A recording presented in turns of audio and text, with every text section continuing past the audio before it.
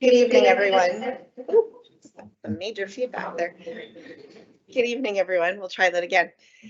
Welcome to the regular meeting of the Board of Education for Tuesday, May the 28th, 2024. I would like to start out by reminding everyone that this meeting will be live streamed as per policy number 7. Regular and special meetings of the board may be streamed live, archived, and accessed online.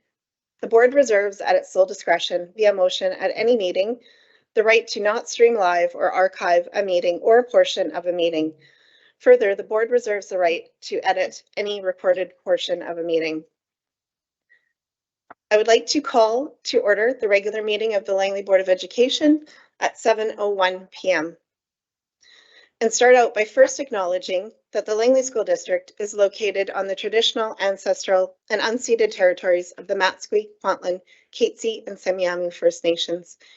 We gather here tonight in an understanding of the importance of Yayistol, Skekiais working together, and Natsamat, Letsamat, uniting ourselves with one mind, one heart, to ensure that we support and inspire all learners to reach their full potential. I would like to introduce everyone here this evening. First of all, I'll start up at the front here, myself, Candy Ashdown. On my far left, Trustee Fox, and then Trustee Rye, and then Secretary Treasurer Isley to my left. To my right, Superintendent Gill, and beside Superintendent Gill is Vice Chair Wilson, and then Trustee Dickinson, and then Trustee Ward. We also have Deputy Superintendent Woody Bradford here this evening, Assistant Superintendent Lisa Langeberry, Assistant Superintendent Marcello Moino, Assistant Secretary Treasurer Shind Chand, Communications Manager Joanne Abshire, Executive Assistant Judy Swanson, Technical Support Specialist 3 Paul Baboa, Technical Support Specialist 3 Vincent Montefrio, Principal from Walnut Grove Secondary School Jeremy Linden, Walnut Grove Secondary School Vice Principal Aaron Florco, Walnut Grove Secondary School Teacher Adrian Stubbings, District Teacher Career Discoveries Program Larry Fraser, District Principal Instructional Services Kendra Simonato. We also have from LPVPA President Kim Anderson, and from QP 1260 we have Danica Hanson Hughes, and from LTA President Taylor Photo. And I hope I have not did I say your name right? Thank you.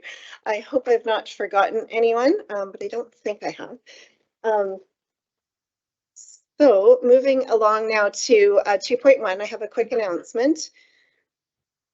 National Accessibility is recognized the week of May the 26th to June the 1st. The week celebrates the valuable contributions and leadership of people with disabilities in Canada, the work of allies, organizations, and communities that are removing barriers and ongoing efforts to become a more accessible and inclusive Canada. This year's theme is Forward Together, Accessibility and Inclusion for All. The district's Accessibility Committee has had a successful first year together and has finalized their recommendations to update the district's accessibility plan. Those recommendations will be presented to the district strategic education team and the district strategic operations team in June. The district values the strengths and contributions of all and will continue to work towards an inclusive and nurturing culture. Next on our agenda, we have a report from in-camera. I'd like to pass it over to Vice Chair Wilson to give that report. Great. Tonight's in-camera, we discussed legal and personnel. Thanks. Thank you. Next on the agenda, we have consent agenda. I've had a request to move one of the items out of consent agenda, which is 4.2.3, Communications Committee. So we will move that right before new business. So now with the Communications Committee moved removed from the consent agenda, could I please have a motion to accept the consent agenda as amended? Trustee Fox, seconded by Trustee Dickinson. Any discussion on the motion? Seeing no discussion, all those in favor? Opposed? Carried unanimously. Next, we have consideration of the agenda. Could I please have a mover that, moved by trustee Fox. Could I please have a seconder for that motion? Trustee Dickinson. Any discussion on the motion? Noticing no discussion. All those in favor, show of hands, please. Any opposed? Any show? Nobody put their hands? Okay, carried unanimously. So next on our agenda, we have a delegation this evening from Langley Environmental Partners Society. Welcome.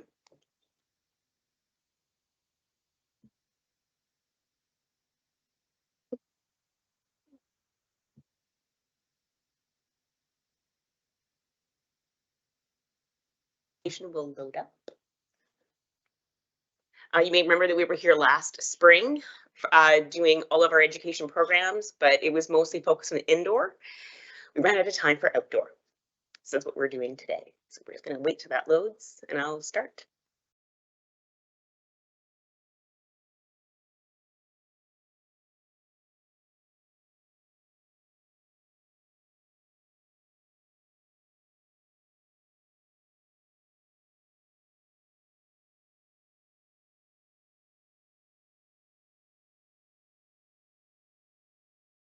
I guess we could, although I brought a USB just in case.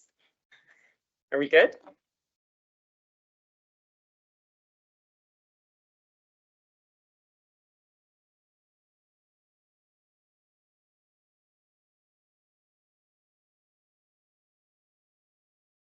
Well, we're still in our outdoor education mode. We don't officially finish the LEPS education programming for outdoors until the week of June 21st. So as we speak, we're in the middle of it right now, especially out today because it rained 20 centimeters and students were outside. So yeah.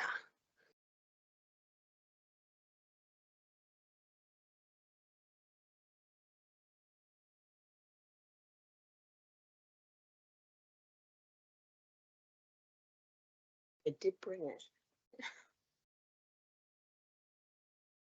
Okay. Oh, wonderful. Okay, there we are. So you might remember from that presentation with LEPS that we're focused on some key values, which is protecting and restoring the natural environment through education, cooperation, and action. So this particular photo that you see is actually in the Aldergrove Community Secondary School courtyard, which is very seldomly used by that school. And they have a wonderful thing on their wall that you see that it is dream, believe, and achieve.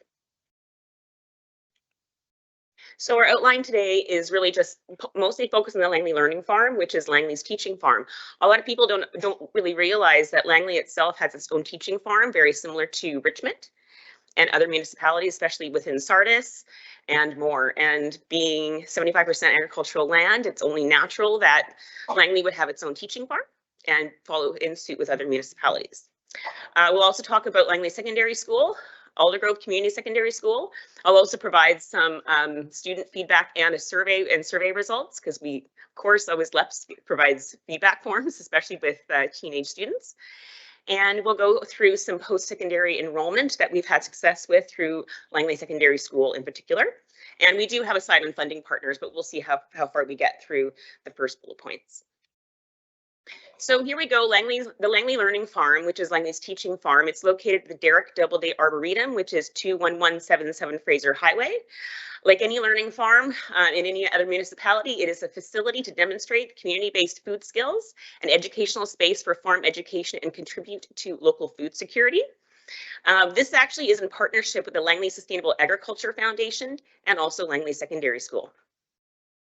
Environmental science and food students participate in all aspects of farm activities as well as environmental awareness from grades 9 to 12 from Langley Secondary. But also further from that school, it also is part of Nature's Classroom, which it actually is a program that we've held for the last 13 years with LEPS, with the Langley School District. And it is focused mostly from grades 3 to 7 to learn themes in alignment with class rubrics. So we discuss all all kinds of outdoor education. And we usually are the kind of the piece that we cover photosynthesis and other things in regards to soil sciences. And we are kind of that resource and that leeway for teachers within all the, I mean, with 13 years, we've touched on every single elementary school in some capacity. So that means thousands of students have gone through the program. In addition to that, this particular location actually is a field trip destination for all classes in the school district. So we can't handle for Nature's Classroom because we only have a certain capacity. I'm your outdoor education person, so we have a limited capacity. But we do have field trips that come in one-off. So if I can't fill it for Nature's Classroom, we still will allow a field trip location and also some programming for some classes even this spring, which would include Douglas Park and also Belmont. We also held our first Pro D-Day on May 17th with sold out sessions, and that was absolutely amazing. So that we usually, I know that, you know, we have LEAP that happens with the school district, and we also have the Environmental Educators Provincial Association that actually is involved as well. But when I looked at the teachers that signed up for our Pro D-Day, half of them were actually from the rest of the school district outside of the environmental groups. We also are the site for community workshops. So we also have other things that happen on the weekends, and it all is about learning for the community for all ages. And overall, and I didn't say the year on this, but it was in 2023, we donated over 500 pounds of produce to local food banks, and they were all grown by students. So we'll go into more in-depth with Langley Secondary School because this is within partnership with them. So Environmental Science 11 and 12 utilize a space for all outdoor labs and researching and applying relevant concepts in outdoor science. So when we go into the big ideas of what happens in some of these classes within high school, the teachers typically have a lot of ability and fluidity in terms of what some of the lab requirements that they would think of to do. So we happen to go outside, we do a lot of invasive removal and stewardship hours, and a lot of soil sciences as well. And so also for the grade 12 2023 class for environmental science, they designed the Langley Food Forest, which is located on the berm visible from Fraser Highway. So they actually researched the soil, researched all the plants that are native to our area that actually would produce a food forest. And if anybody goes in depth with food forests, because they're happening and popping up in a lot of municipalities, that is just an extension of the learning farm itself. Also, foods classes come on over, so it's not all about environmental science. We try to engage in a lot of other classes, so whether if it's geography, photography, and in this case, foods classes, they come over and they harvest and they plant. So anytime that they harvest, it goes back into their actual classroom, so the teachers actually work with that produce. Or it's actually donated to the local food banks. And an extension of the learning with environmental science, we've actually adopted a water course adjacent to McLeod Athletic Park through the Township Adopt a Stream program. And also to kind of help maintain that farm, because 1.2 acres is a very big location, we also engage through WAVE, the Workplace and Volunteer Experience program. For volunteers to maintain the farm, they get letters of reference, and sometimes when we get Canada Summer Jobs, we actually hire some of our students to help maintain the farm and are active in it. So the Langley Learning Farm was supposed to be an extension, extension piece for other schools. And what we kind of began to realize that Aldergrove Community Secondary School had a lot of resources on its property that I don't think a lot of people were aware of, and some of the teachers didn't even know. So they actually have a heated greenhouse in their courtyard that was kind of built from a farm to cafeteria program that was over 10 years ago. And since it ran out of funding, that equipment has just sat on the property unused. So when I found out about this particular greenhouse, it was that first sort of get out of the gate to extend the learning farm aspects into Aldergrove because it had the resources. So the best way to do that is just to go in through WAVE again, get all of these students to get some volunteer experience, and they are working away. And you can see within that photo that we are not only just growing plants, we're also maintaining their courtyard and making it a beautiful space to do more outdoor learning, which we'll talk about later. So eventually it has grown. So we started in 2023 in the spring with only 7 students interested in that WAVE program. And then with the feedback form, they said it was not long enough because I only did it for 4 months. And So I listened, we started in October, and all of a sudden I had 19 students in the room. So we went from 7 to 19. And we do an annual plant sale because in a heated greenhouse, you might as well utilize that space. So we actually are growing plants. So this year we grew, we counted out about over 4,000 plants within that little greenhouse. And we did a plant sale last year. We raised just shy under of $1,000 for Langley Meals on Wheels. But this year it is the Old Age Pensioner Hall. And so these kids get to know more about how to grow food, where it comes from, and also I sneak in the science as much as possible, but we've actually, and don't tell them, but we actually did, we hit about $1,200 this year for the Old Age Pension Hall, so we did a good job. And we actually also focused on, because when you go from 7 to 19 students in one school, you'd have to do a survey. So are kids interested? What are they interested in? And we had more of a student-based survey that went out to other students. It was not us providing that survey, those survey questions. And the results were pretty outstanding. They all want to get outside. They got that taste of really seeing plants grow, because that courtyard, kids cut through it all the time to go to classes, and they would see plant activity happening every single week. So there is a definite interest in kids wanting to be outside and do more hands-on. And when you work with students from October to June, they start to tell you that one more worksheet, no more. We want to be outside learning more. So here we go into further student feedbacks and survey results. So these are just some kind of little comments, although I have more that I'm going to add verbally. But when we do feedback, they always tell us. So I have had one student specifically in the first year of the Langley Learning Farm in its kind of construction, is that she literally said, I don't take my medication for my anxiety if I know I'm coming here today. And you can see a total difference in foods classes when you're in grade 11, you're told to go to the learning farm, you kind of walk very slowly. And then by the time they do a 40-minute session working with soil and planting and harvesting, they walk very differently on the way back. So we know that it's very, very highly indicated that working outside and in that space of just relaxing and working, you actually have a reduction in your anxiety. So we've had some proof there, and some testimonials from students. Also some feedback from the kids who took the classes, regardless of where they were. They were in foods, they were in WAVE or environmental science. They really appreciated the fact that they could have more hands-on learning that would take them a little bit further. So learning about where food comes from and actually having those skills, because a lot of these students taking these classes live in basement suites or they're in condos. They've never handled a wheelbarrow or used a shovel. Yeah. Okay, I'm almost done. And also a sense of pride, going back, knowing that all of their work goes back into the community, and a strong desire to learn more about climate change and factors that impact food systems and sustainability. So here's our post-secondary enrollment. 4 kids have gone off to KPU for School of Horticulture, 2 are at Simon Fraser University for environmental studies, and we have 1 through the Langley Learning Farm, just volunteering, is now in sustainable agriculture, and Aldergrove has 1 student now moving into the horticulture and landscape program at KPU.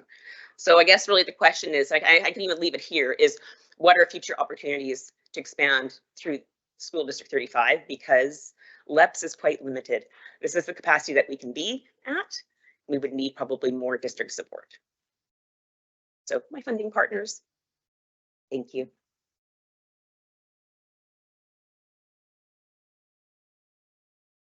Thank you very much, Amanda, and had the pleasure to meet and get to know you a little bit this year, and the work that you do in our schools is incredible, as well as in our community. Even as a community member, I've taken courses on septic maintenance and well maintenance, and you've come to my property and planted trees and captured invasive frogs, and the work you do is just, I don't know how you have the time to do it all. So, but thank you so much for all the work you do for our students.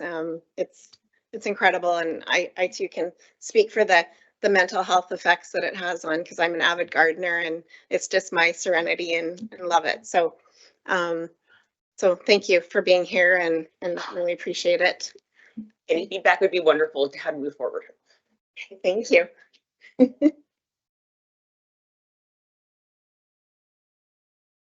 Computer has gone to sleep here.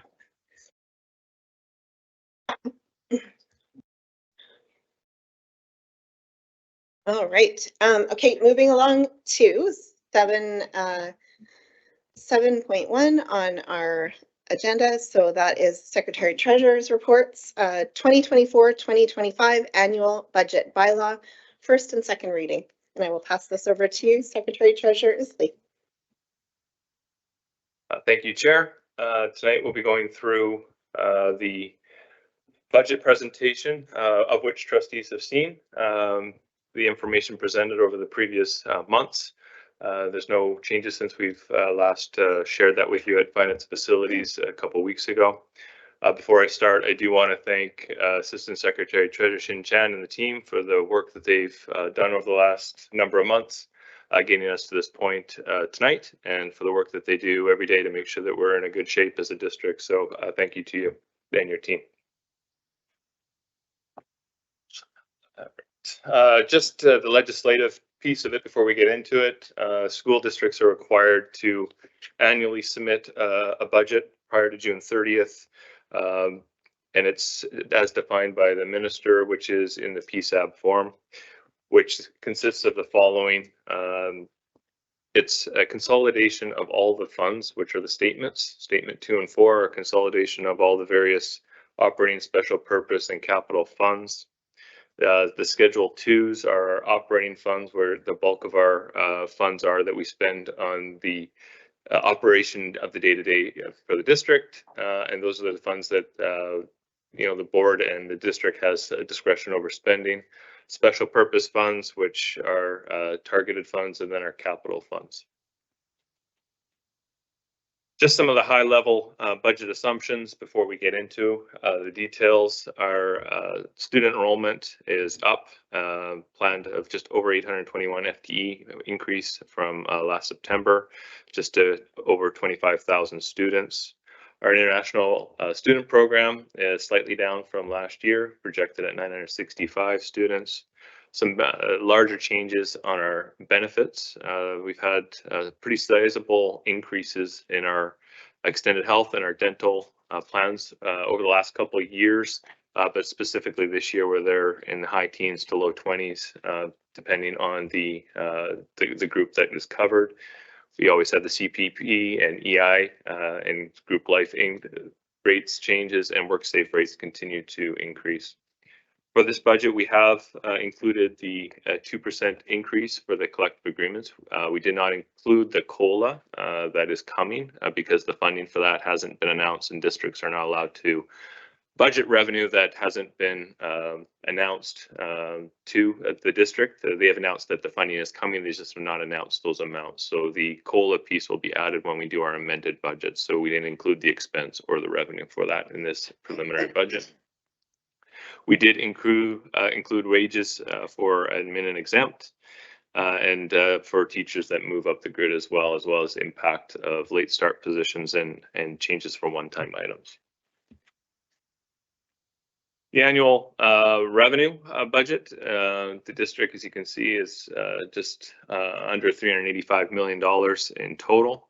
The bulk of that funding is coming from the Ministry of Education and Childcare at just over $340 million, and you can see our operating fund is the largest portion of our budgets at just over $307 million. On the expense side, similar, the total at just under $386 million, and most of it spent in the instruction category, and most of our funds are under our operating funds.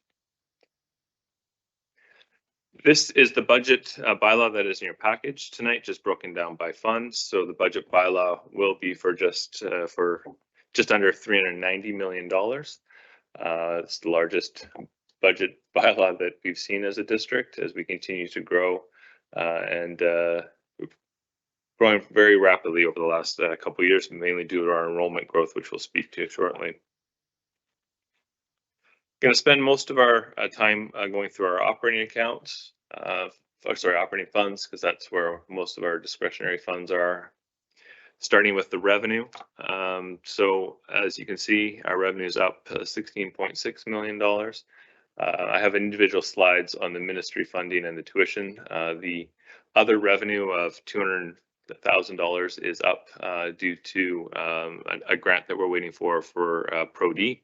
And then our interest revenue has gone up as the interest rates continue to be at high levels. That benefits us on our interest income that we receive as a district.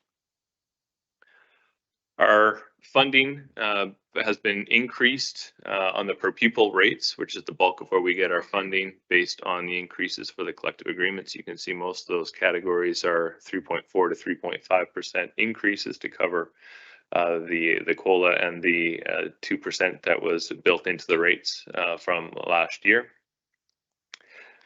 What that means is our enrollment funding has gone up substantially, up just under 14.4 million. That is offset by some of the amounts at the bottom there. You can see some of those negative amounts of 1.4, 2.8, and 380,000. Those are all the labor settlement amounts that were done as special grants that have now been rolled into the per pupil amounts in the enrollment-based funding and your unique student needs, as well as the supplementals. So that's what's driving part of those increases. The rest are driven by the growth that we're seeing in the district. On tuition, just as mentioned, we're slightly down on ISP students. Last year was an exceptional year for us, down 19.382 FTE, mainly because of the fees that we get to collect for some of the cancellations. We're down 1.2 FTE, and we also this year have upped the tuition amount to $1,000 per student. That was decided about 2 years ago. We do it 2 years in advance to give the agents time to adjust to those fees. That's a $965,000 increase for the district, which is a one-time bump in our revenues. On the operating expense side, have slides that'll break down all of these, but you can see quite a sizable jump in our operating revenue, our operating expenses of just under $19.4 million. The first one is our teacher salary costs. First amount there, 2.5 million for salary increases, as well as another 1.3 in increments for teachers going through the scale.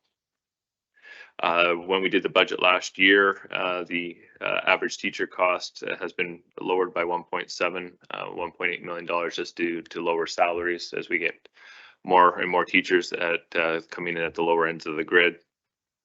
We've put out to our schools 15 divisions for middle and elementary, and we have a contingency of 12 divisions for elementary and middle to be allocated out as more students come in as we get closer to our projection numbers. We've put out 14.46 FTE in additional blocks at secondary. We have 2 additional counselors that we've put out to keep us above ratio. I think we needed 1 to get to ratio, and we've added 2. Resource teachers based on ratio, 4.86 FTE. There's $300,000 just in late starts for teachers in various positions that we've put back in for the full year. We've added 5.2 ELL teachers just due to our growth. We have a early French immersion teacher 1.0 position, which was funded out of a special federal grant that has been not renewed at this point in time. So we've added that position into our operating budget so that we can maintain that position. We've added 1.8 in digital literacy instruction staff, 3.6 assignments. We've added middle literacy numeracy instruction staff of 1.2. And then in learning supports, associated professionals, 9.44 FTE. Some of that are positions that weren't able to be hired last year that we put back into the budget. Project Resiliency has been moved out of our operating funds and put into Community Link, as that's a better alignment what the intention of Community Link is. And you'll see on another slide some of the offsets of the other funds that have come back into our operating from that. Reduced our Aboriginal teacher by 0.6, just do an assignment change, and a leadership block at Betty Gilbert. On our principals and vice principals, we have a wage increase of 537,000. We had used one-time funds to support some of our admin in our schools of just over $440,000. There is a plan to hopefully use additional one-time funds from surplus from this year to do something similar. Those amounts will have to be determined once we have the final results for this year. We have a new school opening in September of 25. We normally hire the principal for that school to work with the startup, usually in around spring break. So we've planned for that part of that year. We have our district principal for ELL is retiring. Wanted to have a transition plan, so there was some cost to do that. It's not the full cost. We also had another position of a mat leave in a special purpose fund that is offsetting some of that. So we were able to offset some of that cost, and that'll be a one-time for this year, just for that overlap. Adding a district principal for learning support services, and then we have a couple school-based admin that we've added. VP at Stafford, VP at Noel Booth, and last year we added a 0.5 at Vanguard, and this is getting it up to a 1.0 position. On the education assistant, we have wage increases of $500,000, adding 55.37 FTE. We've added a discovery, careers discovery special education assistant, 2 youth care workers, and this is the other piece of the move from Community Link. So we removed the program, but also then have moved some youth care workers over from Community Link and back into operating. We've added a career advisor. There was a grant that was a one-time grant that we had at a youth care worker, so that position has now come out. We've added 3.2 FTE in visually impaired SEAs and 2.43 Aboriginal support workers. There was also a reduction of EA hours at schools. Those are usually funds that schools get to carry over surplus amounts for the prior year, and also have ability when they have some late starts to be able to do some discretionary, and they usually top up those hours. So would expect to see those being added back in the amended budget. Support staff wage increases are just over $400,000, needing to add a couple more custodial just due to the number of portables and space that's being added. Added 1.8 in clerical support to schools. So that brings that up to 3 positions that we have now in the district to support some of our larger elementary schools with the increase that they're seeing in the number of students in a couple of our schools. Maintenance, adding 2 positions, a project coordinator and a cabinet maker. Northeast Latimer, along with adding the admin principal for that position, also adding clerical to do the registration in the latter part of the next school year. We had 2 positions that we had put in our amended budget to transition 2 positions, one in maintenance and one in learning support, as people were retiring and wanted to have overlap for both of those positions. So that was a one-time amount that's coming out. And there's reduction in overtime in schools, which is, you can see, because we've added the positions in clerical up above. And then the internal salary recovery, we have some maintenance positions that we charge to AFG that are budgeted and operating. So that's the salary increases and a few other things that will be charged to those special projects. New supervisor reductions, that's another one that schools add back in the fall once they know what their surpluses are, and they usually add that back into their budgets at that point in time.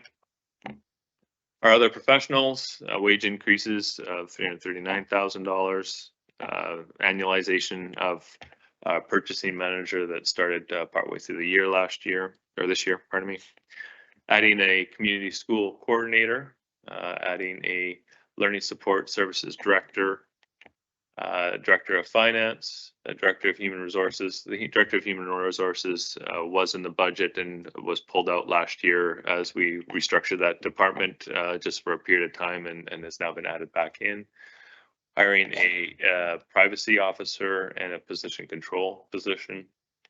And then last year, we had the transition of our IT director for 6 months, the cost between outgoing and the new incoming.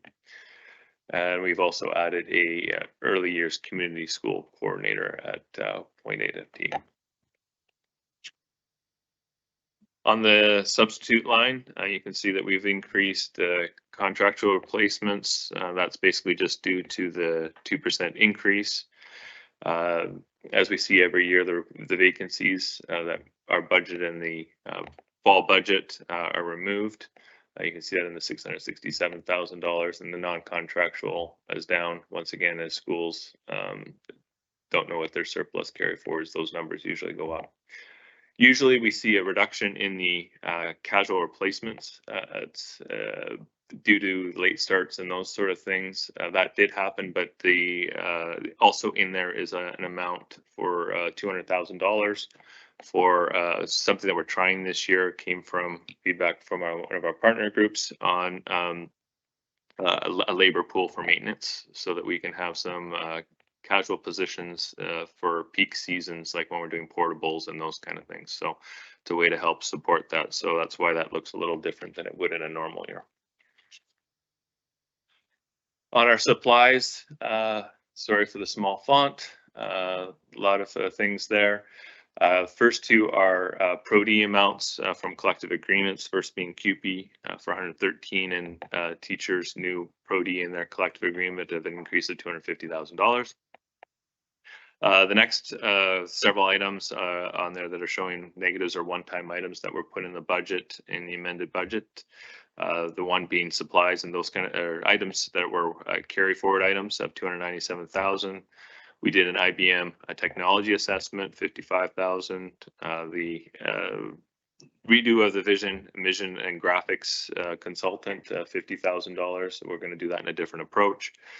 The project definition report for the Smith Secondary and the long-term facilities plan, which will be coming to the board next month. So those are all one-time items that have been removed. Added a few things. We've added additional supplies to support schools, $55,000 for additional special education supplies. Our international student program with slightly lower numbers and just different composition of returning students is down slightly at $58,000. Our bank charges, as we continue to grow and continue to use online payments, the fees have gone up about $50,000. We've centralized the telephone costs, so we've added that to the IT budget, but we didn't take the funds back from schools to give them a little more discretionary dollars. Budget reductions at schools where they removed carry forward and late starts for $332,000. Custodial supplies, $50,000, and HVAC and plumbing costs have gone up $50,000 as well. We're starting to see some larger increases on our software licensing, so that's up $130,000, but also our NGN, which is our next generation network, and our MyEd, which is our student information system, are amounts that are charged to us by the province, and they're dictated by enrollment. So as our enrollment goes up, so does our charge back from the province.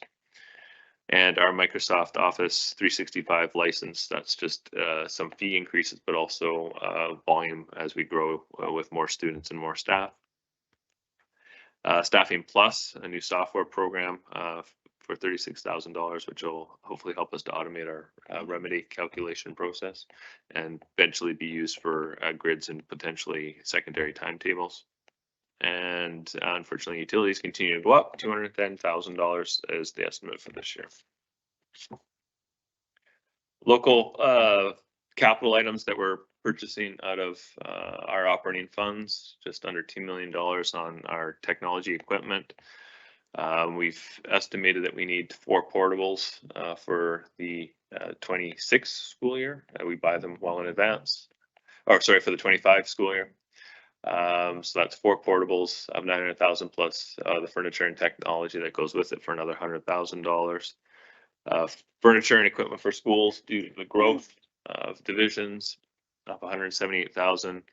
Projectors for school of $350,000, which should get us all the projectors we need to refresh all the projectors in all of our schools. We've been doing that over the last couple of years. Some software for schools, and then vehicle upgrades in our maintenance area of $500,000. So what that all boils down to is we end up with a slight deficit of $350,000, which is basically the funds that we needed for the projectors, of which we would set aside those funds in accumulated operating surplus. So we will appropriate $350,000 to use the remainder of those funds to balance our small $350,000 deficit for the next school year. Special purpose funds, quickly go through some of these. These are funds that are defined that are for a special purpose and have to be done and used for those items only, with the liability of repaying them if they're not spent in that manner and in those ways.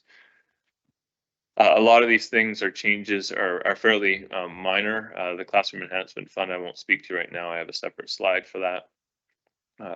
Some of the small increases are basically just due to some funding for the labor settlements that were applied to the special purpose for the Learning Improvement Fund and for Community Link. The reductions are carry forward amounts that were in the amended budget that come out.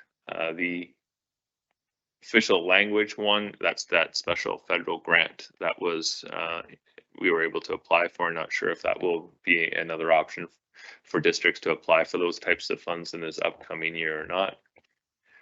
There's a couple grants that we don't have announced yet to us. The transportation amount for First Nations, mental health in schools. Those are all amounts that usually get announced later in the year. So those will be reflected in our amended budget.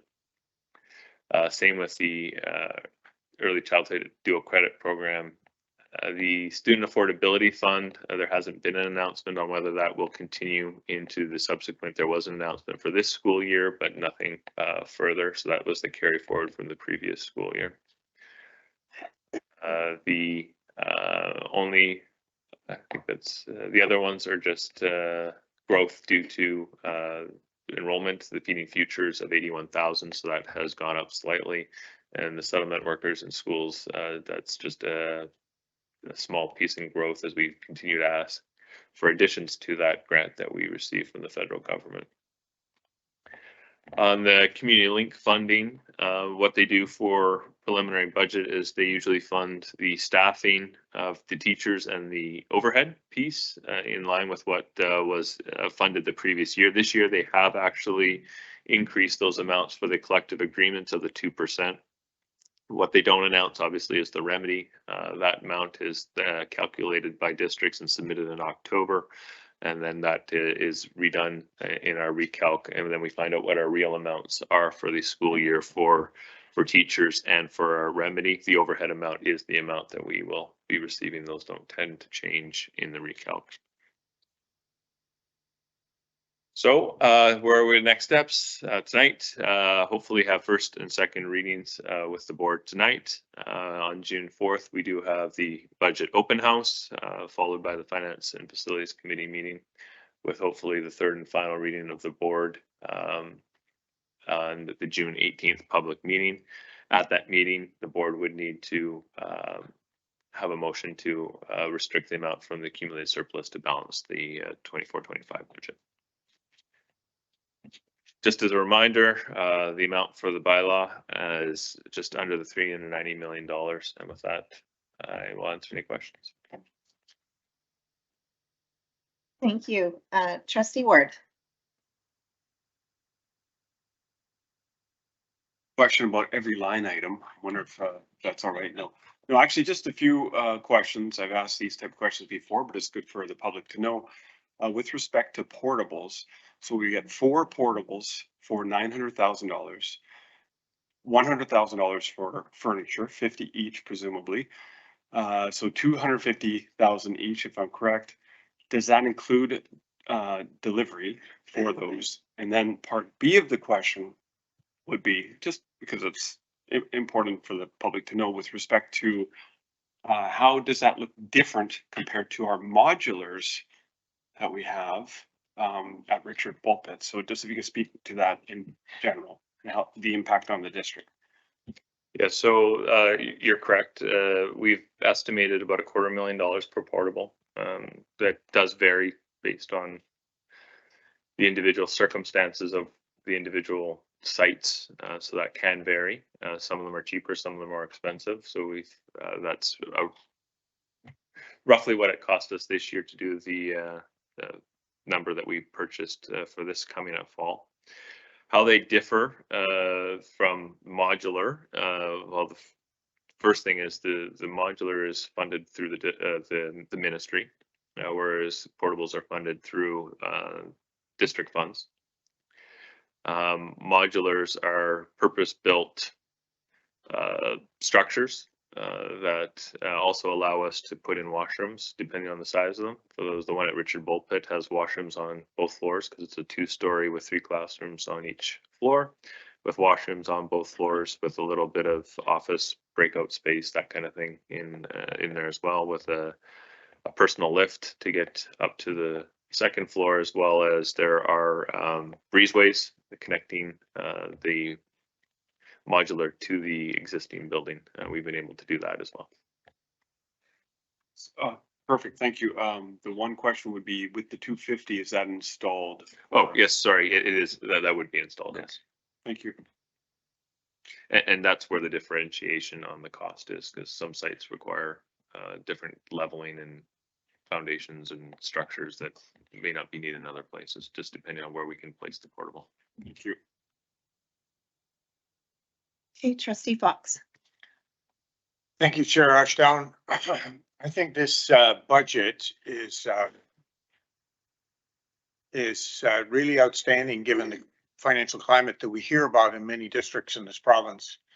When I hear balanced budget, if we take the $350,000 portion for the projectors and move it over out of the surplus, designated surplus, by the way, that gives us a balanced budget, which in our district means no cutting programs. And it means a lot, I think, from an educational stability perspective.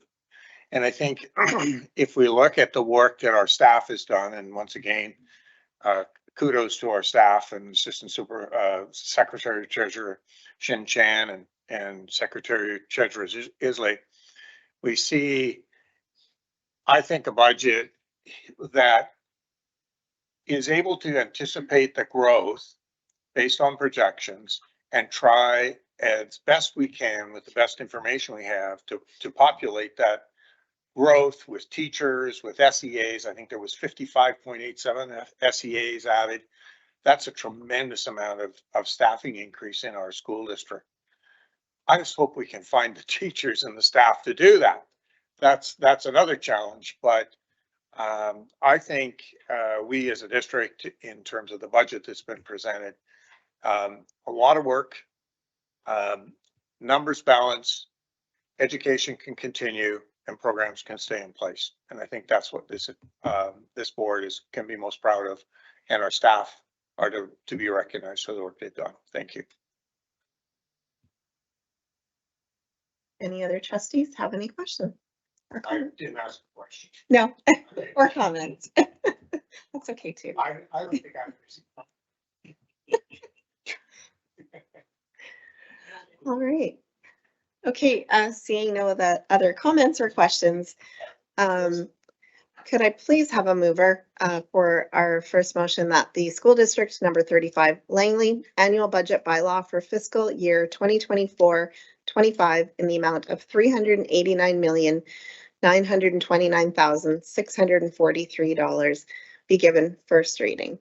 Moved by trustee Fox, seconded by trustee Dickinson. Do I have, is there any discussion on the motion on the table before we go to a vote? Nope, seeing no discussion. Could I please have a show of hands for all those in favor? Any opposed? Carried unanimously. Next, could I please have a mover for the next motion that the school district number 35 Langley annual budget bylaw for fiscal year 2024-25 in the amount of $389 million. That's a big number. $389,929,643 be given second reading. Moved by trustee Dickinson, seconded by trustee Rye. Any discussion on the motion? Seeing no discussion, show of hands, please. All those in favor? Any opposed? Carried unanimously. Thank you. Moving along to superintendent's reports, 8.1 Career Discoveries Program. I will pass this over to you, Superintendent Gill. Thank you, Chair. This evening, we're lucky enough to have District Principal Kendra Seminato and the teacher of the Discoveries Program, Larry Fraser, here to share with us a little bit about a fantastic program that the district's had in place since 1988, I believe. Again, an opportunity for our students to transition and work with the community, our diverse learners, given opportunities through the hard work of our staff. And so I'll allow District Principal to go ahead and describe and introduce the program. Good evening. It is my great pleasure to be here tonight. I really am just here to introduce the star of this presentation, which is Larry Fraser. Larry is the district teacher of Career Discoveries Program. The Career Discoveries Program for many years, as Superintendent Gill mentioned, was part of the Learning Support Services Department, and 2 years ago transferred over to Career Education. Many times in society, when we speak to students or young people about the future, we ask them the question, what do you want to be when you grow up? But in career education, we like to reform the question to who do you want to be in this world? And we hope that by asking that question, we can constantly assess what are the child's unique gifts and skills, and what are the passion areas that they want to pursue as they transition through high school and beyond. So it's with great pleasure I am able to introduce Larry Fraser. He is going to be able to speak more about the Career Discoveries Program and the many opportunities it provides to ensure all learners have an opportunity to have meaningful work experiences within their own community. So, Larry. Well, I'm not the star, the kids are the stars, so let's get that straight. My name is Larry Fraser. I've been the Career Discoveries Program teacher for the last 2 years. Thank you for having me here tonight.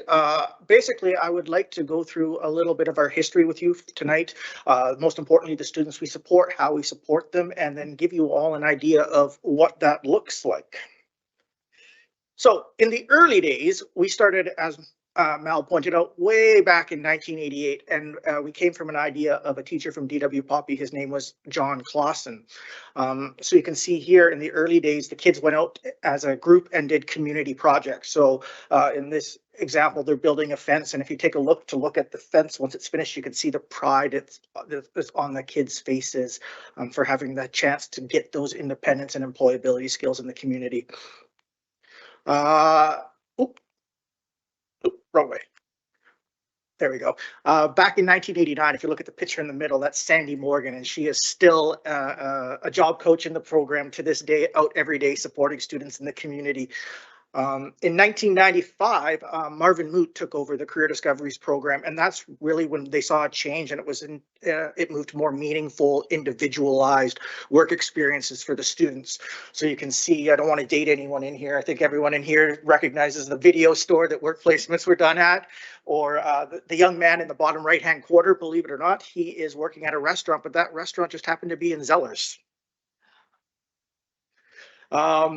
My generation, if anyone's a Langley native and remembers Willowbrook Mall from way back in the day, luckily Sandy's around, so she was able to tell me that the young man in the center at the top there was doing a work experience at TD Bank on a state-of-the-art computer. The picture on the far right and in the bottom middle, these serve to the connections that we have to the community. These businesses have been hosting work experience students from the Langley School District for 30 years. So these pictures are 30 years old. There's kids working at the Nickel-Mackle Enhancement Society. It's the salmon hatchery. They're doing a bonfire. It's the burning day that they burn all the brush and whatnot. And then Darvonda, we've grown building and a larger footprint, but they provide amazing opportunities for our students to gain the employability skills, independence, and social skills that we're looking for before they leave high school. Over the last year and a half, we had the chance to develop some core values for our program, and then develop a mission statement and our vision statement. So our core values are authenticity, community, integrity, and empowerment. and I think you'll find that those dovetail nicely with the district's core values, and they really underpin everything that we do with the students in a work experience. So what does that look like? If you take a look at the top left picture, that is Logan, and he's doing a work experience at the Nickel-Mackerel Salmon Hatchery, and he's working with Doug there, and they're figuring out how they're going to pump that tub out. It's really great when they get the chance to work with other individuals, and it's not just me or one of our job coaches leading the charge. They're just really there working with the people in the businesses. Aubrey is in the middle there doing a work experience at Thrifters Paradise. They loved Aubrey because he was really knowledgeable about electronics, and he could fix stuff for them and he could reprice it for them, so they weren't losing money on transactions. Off the top right, you got Deshaun. Now he is interested in being a chef. He graduated last year, so we managed to get him a work experience at the Spaghetti Factory, and he was working in the kitchen, gaining all sorts of knowledge. If you look right below him, that's Brianne. We did a work experience together at the Canadian Museum of Flight, just down by the airport, and she got some light janitorial skills. If you look at the side, if you look at the picture, we're cleaning information signs right there. Sydney working front and center at the European Day Spa. Next to Sydney is Bruno. He came here from Belgium this year. So we had a fun time at Darvanda. In the picture we're actually getting planters ready to go. Now, Bruno's a tall guy. He makes me look small. So in the bottom left is Aiden. Aiden's a tough one because he hasn't been out on work experience yet, and it's hard to find something that would be meaningful to him based on his interests. One of his interests is sports. So what we managed to do was we coordinated with the administration and teachers at Peter Ewart, and Aiden is now walking over to Peter Ewart on Thursdays, and he's maintaining the sports equipment and equipment rooms for the PHE staff over there. Some people might say, well, why didn't we just do that at Mountain? Well, if we had just did it at Mountain, then it's not meaningful to him. It's just another school activity for him. By taking that short walk over to Peter Ewart, we're doing the things that we would normally do on our commute. We're talking about what we're going to be doing, who we're going to be interacting with, right? That makes it more meaningful for him. And then let's see, on the bottom right, you got Chase doing a work experience at Trevor Linden Fitness, hamming it up for the camera with the picture there. He got to do everything. He was working up front. He was answering customer or member questions. And if he didn't know the answers, he would go and get them for him. But yeah, no, he had a great experience there. Just more, like on the top left, that's Alex. Alex graduated last year. We got him a work experience at the James Anderson building. He's taken out laptop hard drives for Chun and Chris. Bryn, right below him, do polishing and rolling cutlery at the Spaghetti Factory. Right beside that is Prab. Prab graduated 2 years ago. He is restocking shelves at Toys R Us. And that's Emmeline. She's working at Toy Central in Aldergrove. It's hard to tell, but those are Pokemon cards that she's sorting with. And if anyone knows anything about Pokemon, and I am not an expert in that area at all, but some of them can be worth a fair amount of money. The two meaningful pictures on the right really are, they speak back to the relationship that we have with the businesses in the community. So on the top, that's Zach doing a work experience at the Nickel-Mackerel Salmon Hatchery 30 years later after the picture I showed you on the previous slide. Below that is Richard and Kyle, and they're doing a work experience at Darvanda Nurseries 30 years after the picture I showed you on the previous slide. So what does the placement process look like for us? Well, in September, we create an annual caseload. Then once we have that caseload, we go to all the schools and we do a WorkSafe BC presentation. So the kids have a basic knowledge of WorkSafe before they go out into the work environment. Then we interview all the students and we get an idea of their likes, we get an idea of their interests, and then from there, we're able to place them in environments to have the best possible work experience. You might ask what that looks like. Well, that's us modeling safety vests in the picture in the top left, because you got to have some fun while you're doing it all. And at the end of the day, at the end of the presentation, the kids all get a Workplace BC safety certificate that they all really proudly like to display. Danny's story. Danny goes to Walnut Grove, and she is in her fourth work experience. So she started at Hope for Children Thrift Store, moved to McDonald's, moved to Champers Hair Salon, moved to the Spaghetti Factory, and did a second work experience at the Spaghetti Factory. Danny has a lot of troubles with anxiety, and this has manifested itself the whole way through her journey. There were many days of not going to work experience. There were many days of not wanting to be out in the public, lost paperwork, tears, you name it. We rolled through it. This is really Sandy Morgan's success story. But they got through that first placement, and then they went to McDonald's, and that was a tough step for Danny because she was in the lobby and she was around customers, and that created a lot of stress for her. But they got through it, and then she did another work experience at Champer's Hair Salon. Same thing, people coming in, she's sweeping the floor while customers are getting their hair cut. She's very visible in the public, but they progressed. And then at the end of last year, she did a work experience at the spaghetti factory where she was polishing and rolling cutlery.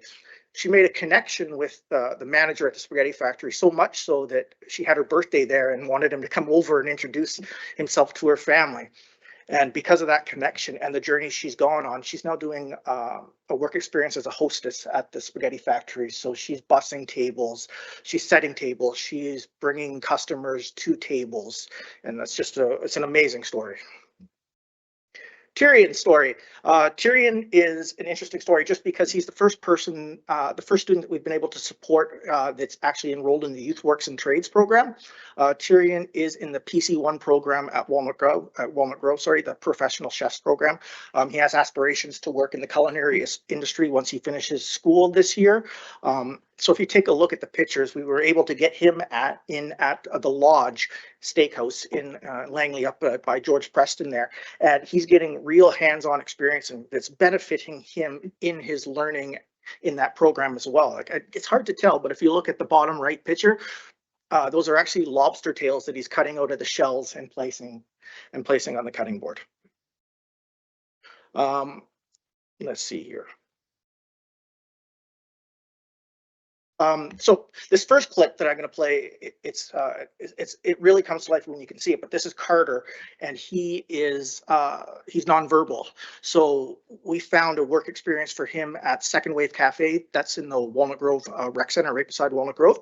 So what Carter does is he hits a switch. It's just a big button, and what that does is when he hits it, it's a voice that comes on and it welcomes guests into the cafe. So it's really awesome to see him having that impact on people as they walk by. But it comes right off the bat. Yeah, can you hit? Yeah, just hit play.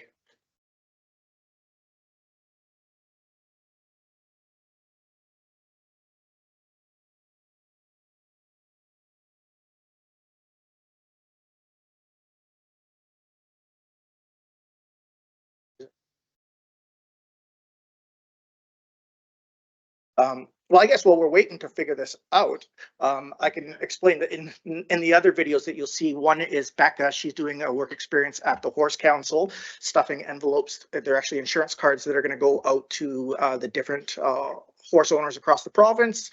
The third clip is Braden. He's doing a work experience at the big box outlet store, and he is going through different strategies on how to actually hang a piece of clothing.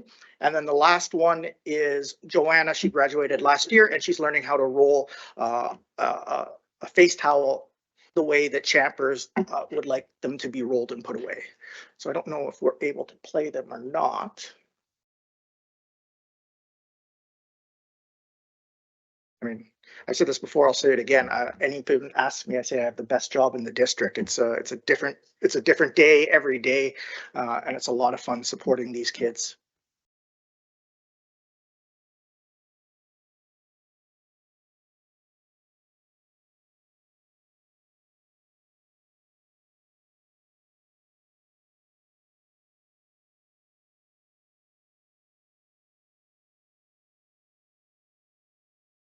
I'm not sure we'll get them to play, but it's really awesome to hear Carter. Like you hear a voice and it says "Welcome to the cafe," and the people walking by are super excited.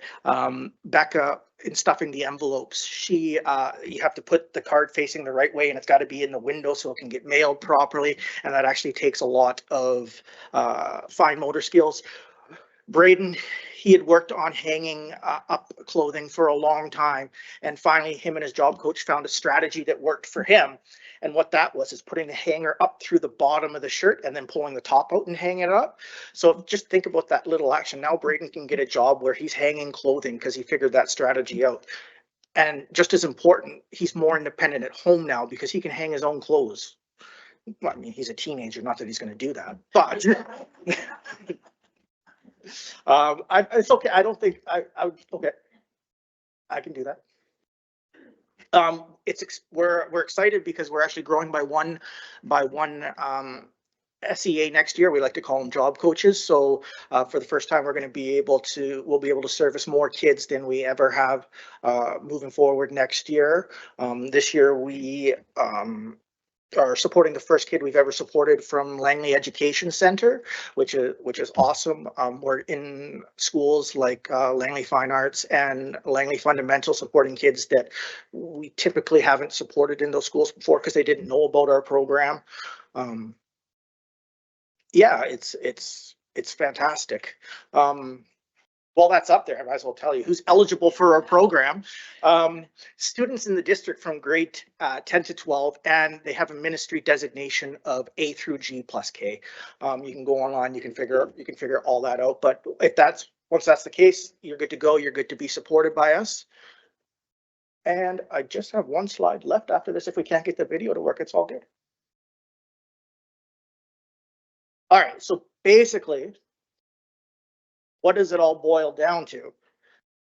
3 teachers, 10 SEAs over the course of 30 years, over 2,000 placements for students, adding up to over 74,000 hours of work experience, where these students get to learn the employability skills, the life skills, the social skills in a safe environment, and become as independent as possible before they can, leaving high school and going into the community. So thank you very much for your time. I'm sorry the videos didn't work. I swear they work on my laptop, but if you happen to have any questions, I'd be happy to answer.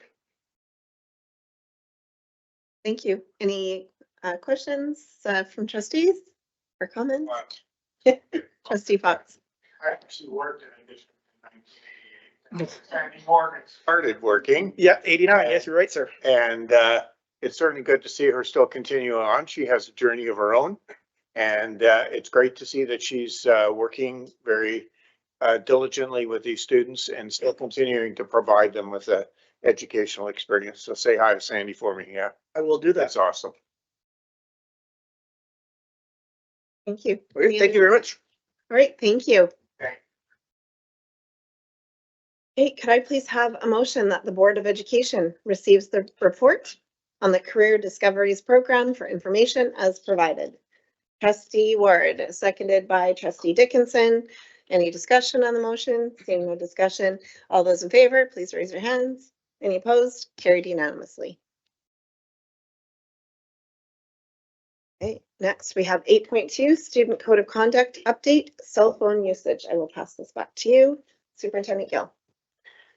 Thank you, Chair. At this point, I'm going to ask Assistant Superintendent Molino, who's been working diligently with our partner groups and community, trying to get feedback on the work that needed to be done to change our student code of conduct or update our student code of conduct to include personal devices. And the work has certainly taken them through a long journey and lots of conversations. And in your package is the updated student code of conduct, but I'll allow you to just go through the history, Assistant Superintendent. Thank you, Superintendent Gill. Good evening, trustees. I guess I don't get to speak about something quite as inspiring as Larry Fraser. But by the same token, I think this certainly is an important topic in its own right. My goal this evening is to share with you the processes and influences around the changes in the Student Code of Conduct, AP 350, as well as, I guess, the contents of and the purpose behind the appendix that make up the majority of the guidelines and the restrictions around the use of personal digital devices. So, of course, it's important to start with some background. In January 2024, the Ministry of Education and Childcare announced that school districts would be implementing restrictions around the use of cell phones. And they purposely used the word cell phones in January. That eventually did change to personal digital devices, or PDDs. At that point, they showed that there was a growing body of research that showed that personal digital device use in schools was having an impact on students in terms of their focus, in terms of their ability to learn in the classroom, and their sense of safety at school. And so April 2024, a ministerial order came out that actually detailed more specifically the changes that the Ministry of Education was looking for. And one important detail they included was that any changes must be included in every district's code of conduct. Between January and May 2024, I took some time to consult with parents through DPAC, with Indigenous, the land-based Indigenous nations through YAYASTAL, with principals and vice principals through the LPVPA, with teachers through the LTA, and with support staff through CUPE 1260 and CUPE 1851. Along the way, one of the themes throughout certainly was that there are some very tight timelines. This was a priority project, I guess, in terms of the ministry. And it was important that districts had completed and updated codes of conduct by July 1st, with approvals coming by the end of summer from the ministry. In terms of the process, please note that the district did have a newly rewritten code of conduct, one that was, again, very effective in terms of its language, very progressive in terms of its language. And so the decision was, how do we then introduce this topic into the code of conduct in a way that respected the previous work done, while at the same time acknowledging the importance of personal digital devices and its inclusion in AP 350. And so the decision was to make some small changes to the actual code of conduct itself, and then to include the bulk of the changes in an appendix to, again, to respect the, I guess, the existing structure that was there. In terms of the ministry and consultation feedback, please note that between January and May, again, that's when consultation happened, but the ministry then clarified a lot of its thinking in that April ministerial order.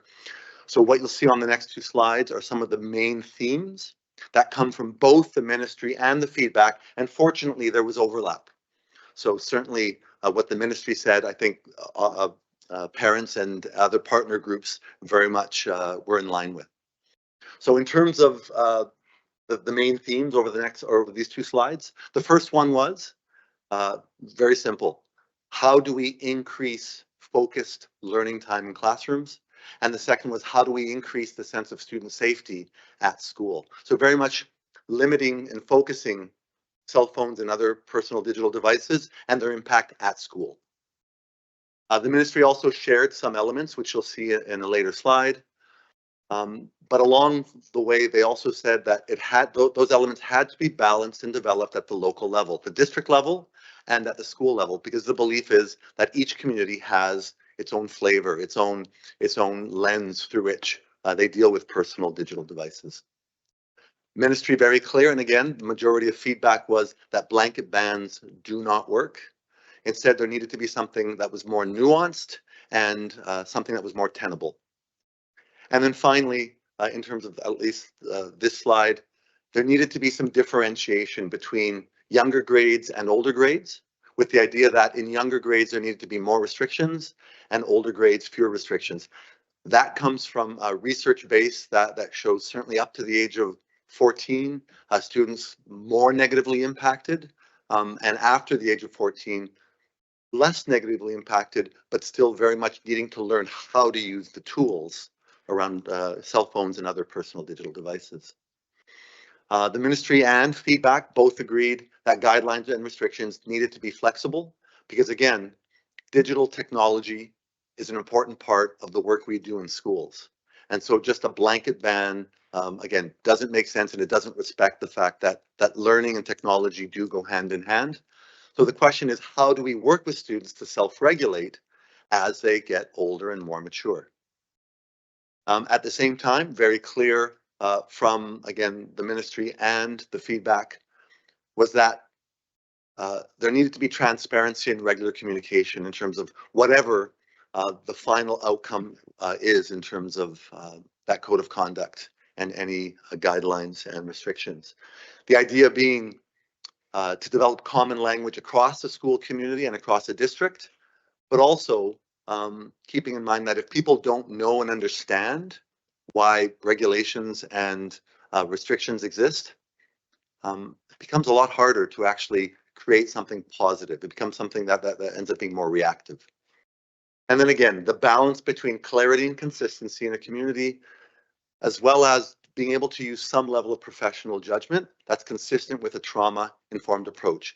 Every student has his, her, or their story, and making sure that as a school, we're maintaining clarity and consistency, but also honoring the stories of our students.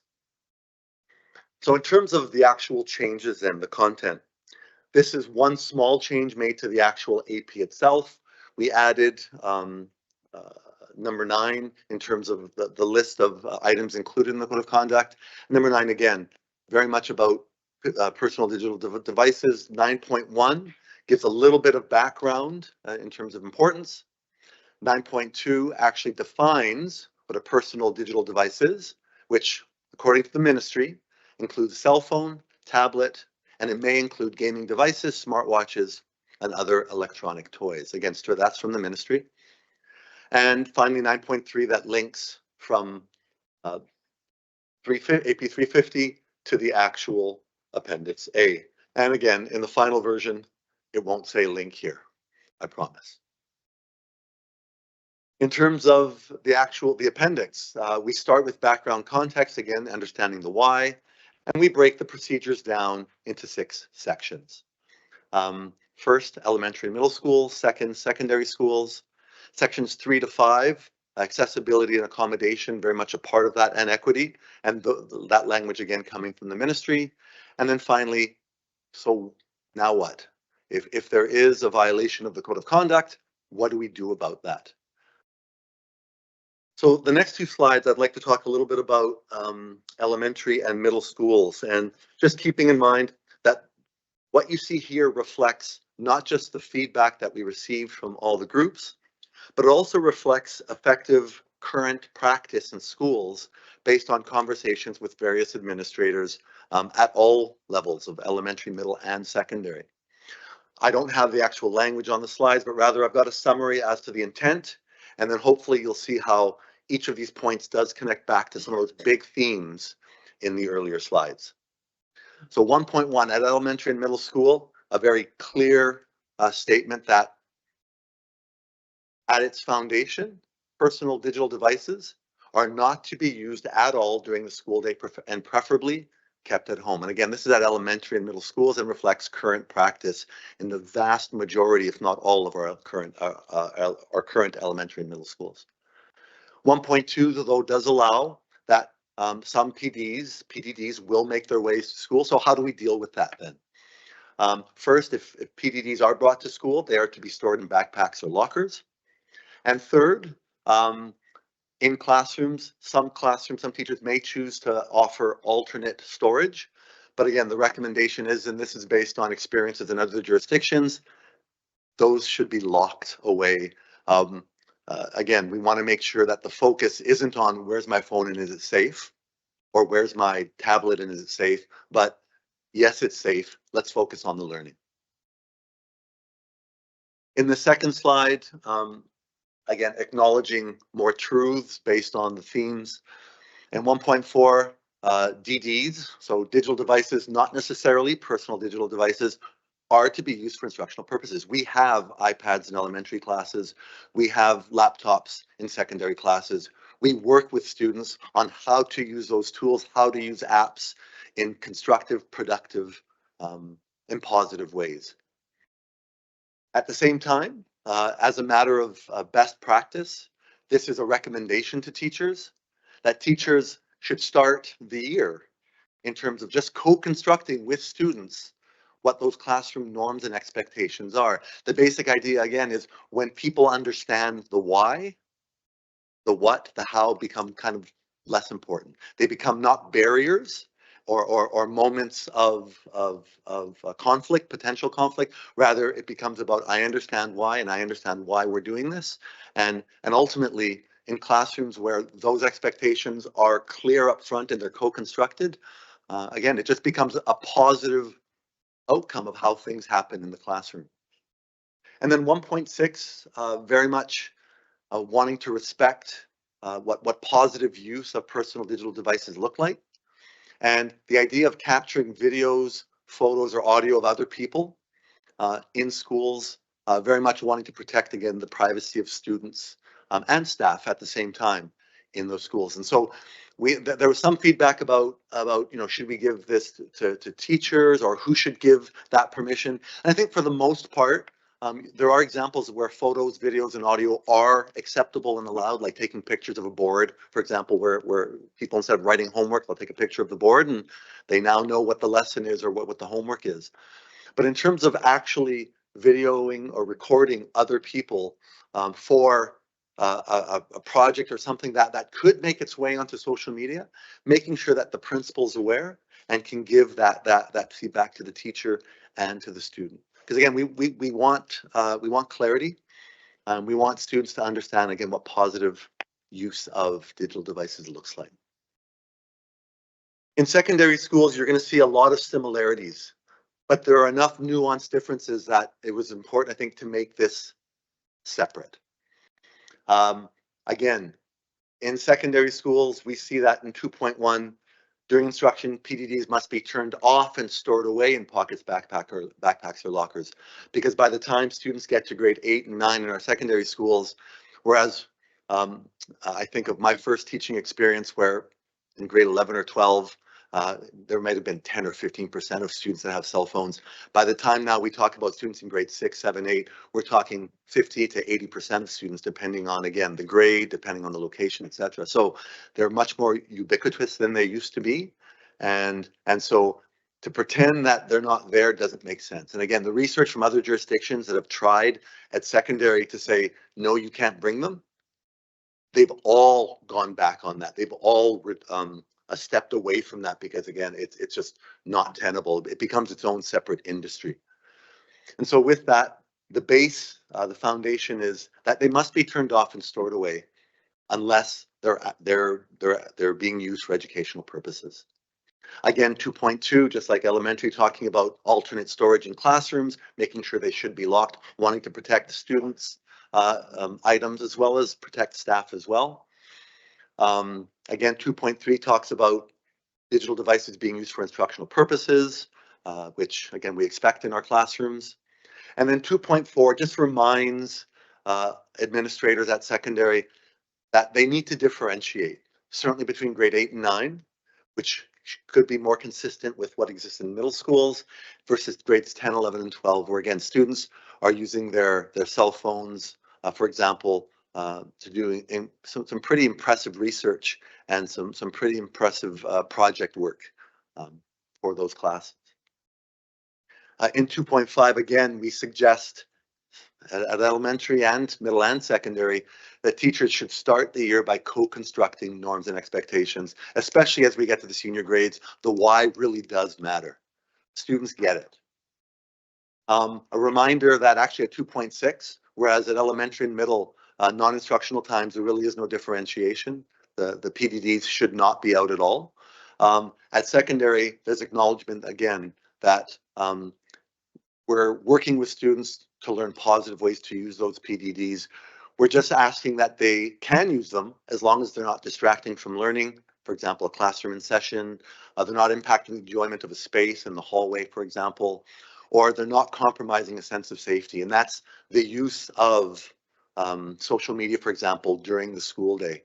Obviously, there are limits in terms of what the school can influence when it comes to cell phones and other PDDs. But certainly, again, the legislation or the ministerial order was clear that we need to make the physical space of schools feel safer for students. So focusing on what happens at the school is very much the language of the AP or the code of conduct. And then finally, again, the same language as for elementary and middle about the capturing of videos photos and audio of other people. Sections 3, 4, and 5, the language comes straight from the Ministry of Education, but again, our partners in learning very much had feedback that supported this language from the ministry. 3.1 talks about accessibility and accommodation, knowing that we have students that use technology and help them learn. That technology helps them to learn. And so with that, ensuring that any accommodations that are required, that the district will work with family schools, will work with families to ensure that IEPs and other learning plan needs are met. The same thing with medical health considerations. Had one email that came through DPAC where a parent talked about that their child uses their phone to control her hearing aid volume, which gives her a sense of independence and control in loud situations. The district does not want to get in the way of students using their PDDs in positive ways that again help them become better learners. And then finally, equity and supportive learning outcomes. Again, a reminder that due to whatever reasons that exist, that no students will be disadvantaged in the district due to lack of access to digital devices for educational purposes. And so I hope you can again see that this is meant to be a very nuanced approach, not just a one line, no cell phones. That's just not realistic. And so again, the attempted language that you see is meant to balance the ministry's requirements as well as the feedback from a whole variety of sources. Finally, section 6. And again, starting 6.1 with the language that's consistent with the entire code of conduct, that any conduct that adversely affects the school's climate or operation is a breach of the student code of conduct and warrants some type of intervention. Again, using the term intervention in that sometimes a conversation is all that's needed. And in fact, the majority of the time, that's typically all that's needed. In 6.2, it's telling schools that each school administrator should co-create interventions based on their own local context. And again, at elementary, middle, and secondary, it will look a little bit different. And please note that when we do our startup in August, we will be going through all of these points with our administrators to make sure that they are aware and that they know that this, number one, exists. Number two, that they have the ability to work with staff, students, parents, guardians, the community, to come up with more specific language that meets their needs. 6.3, these interventions should be communicated regularly to students, staff, and parents, guardians, again, in newsletters, in announcements, in class conversations at the start of every course, like we talked about in a previous section. 6.4, in applying interventions, staff should find a balance between consistency, clarity, predictability, and individual circumstances.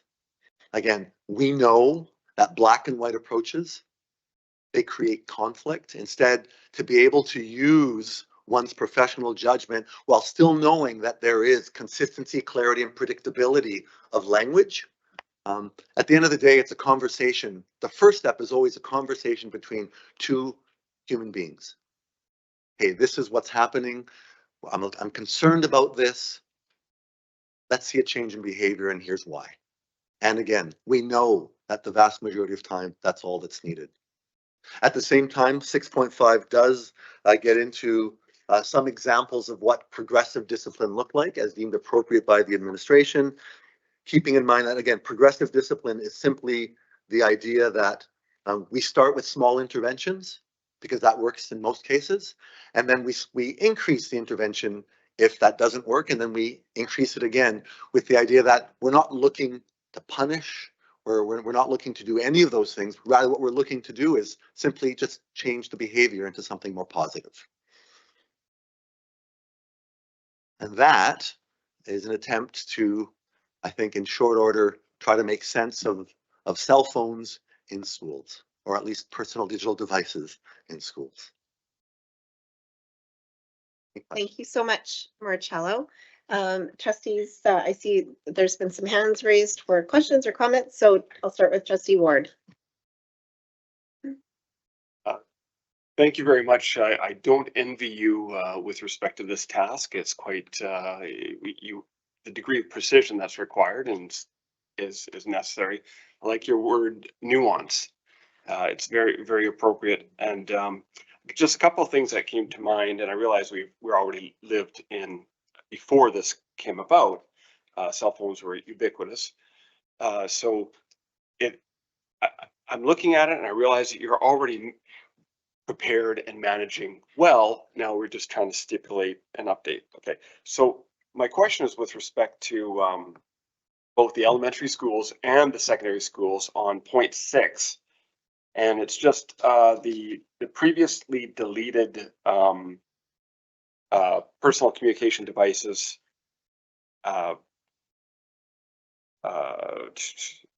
procedure 145 had the language in it said at no time. I'm just trying to find it here. Okay, here it is.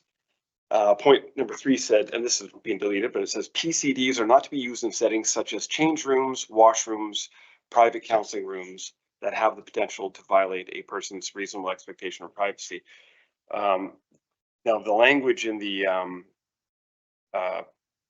Student Code of Conduct does say at point 1.6, general language, which is meant to offer some precision, but and it does say no video recording or audio, but the very last sentence on both say, at no time may cameras be used in locker rooms and washrooms. And of course, I would want to add recording of any type, even though you've already mentioned it here, just because that's kind of a follow-up sentence that's kind of summarizing already.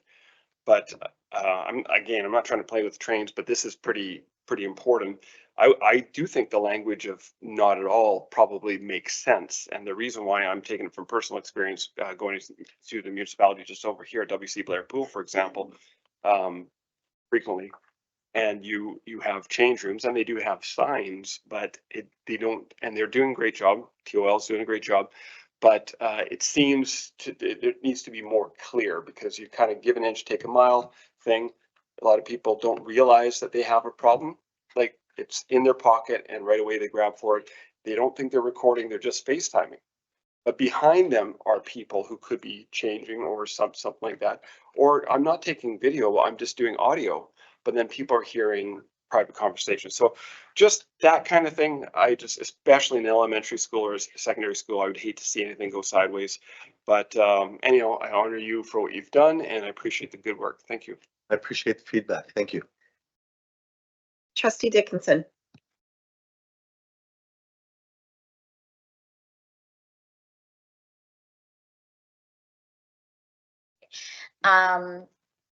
Yeah, a little comment on that. I am concerned about when we restrict these and restrict devices, forcing kids into the shadow, so to speak. I do worry about seeing more devices being used in washrooms. We already have a problem with that in the schools as is.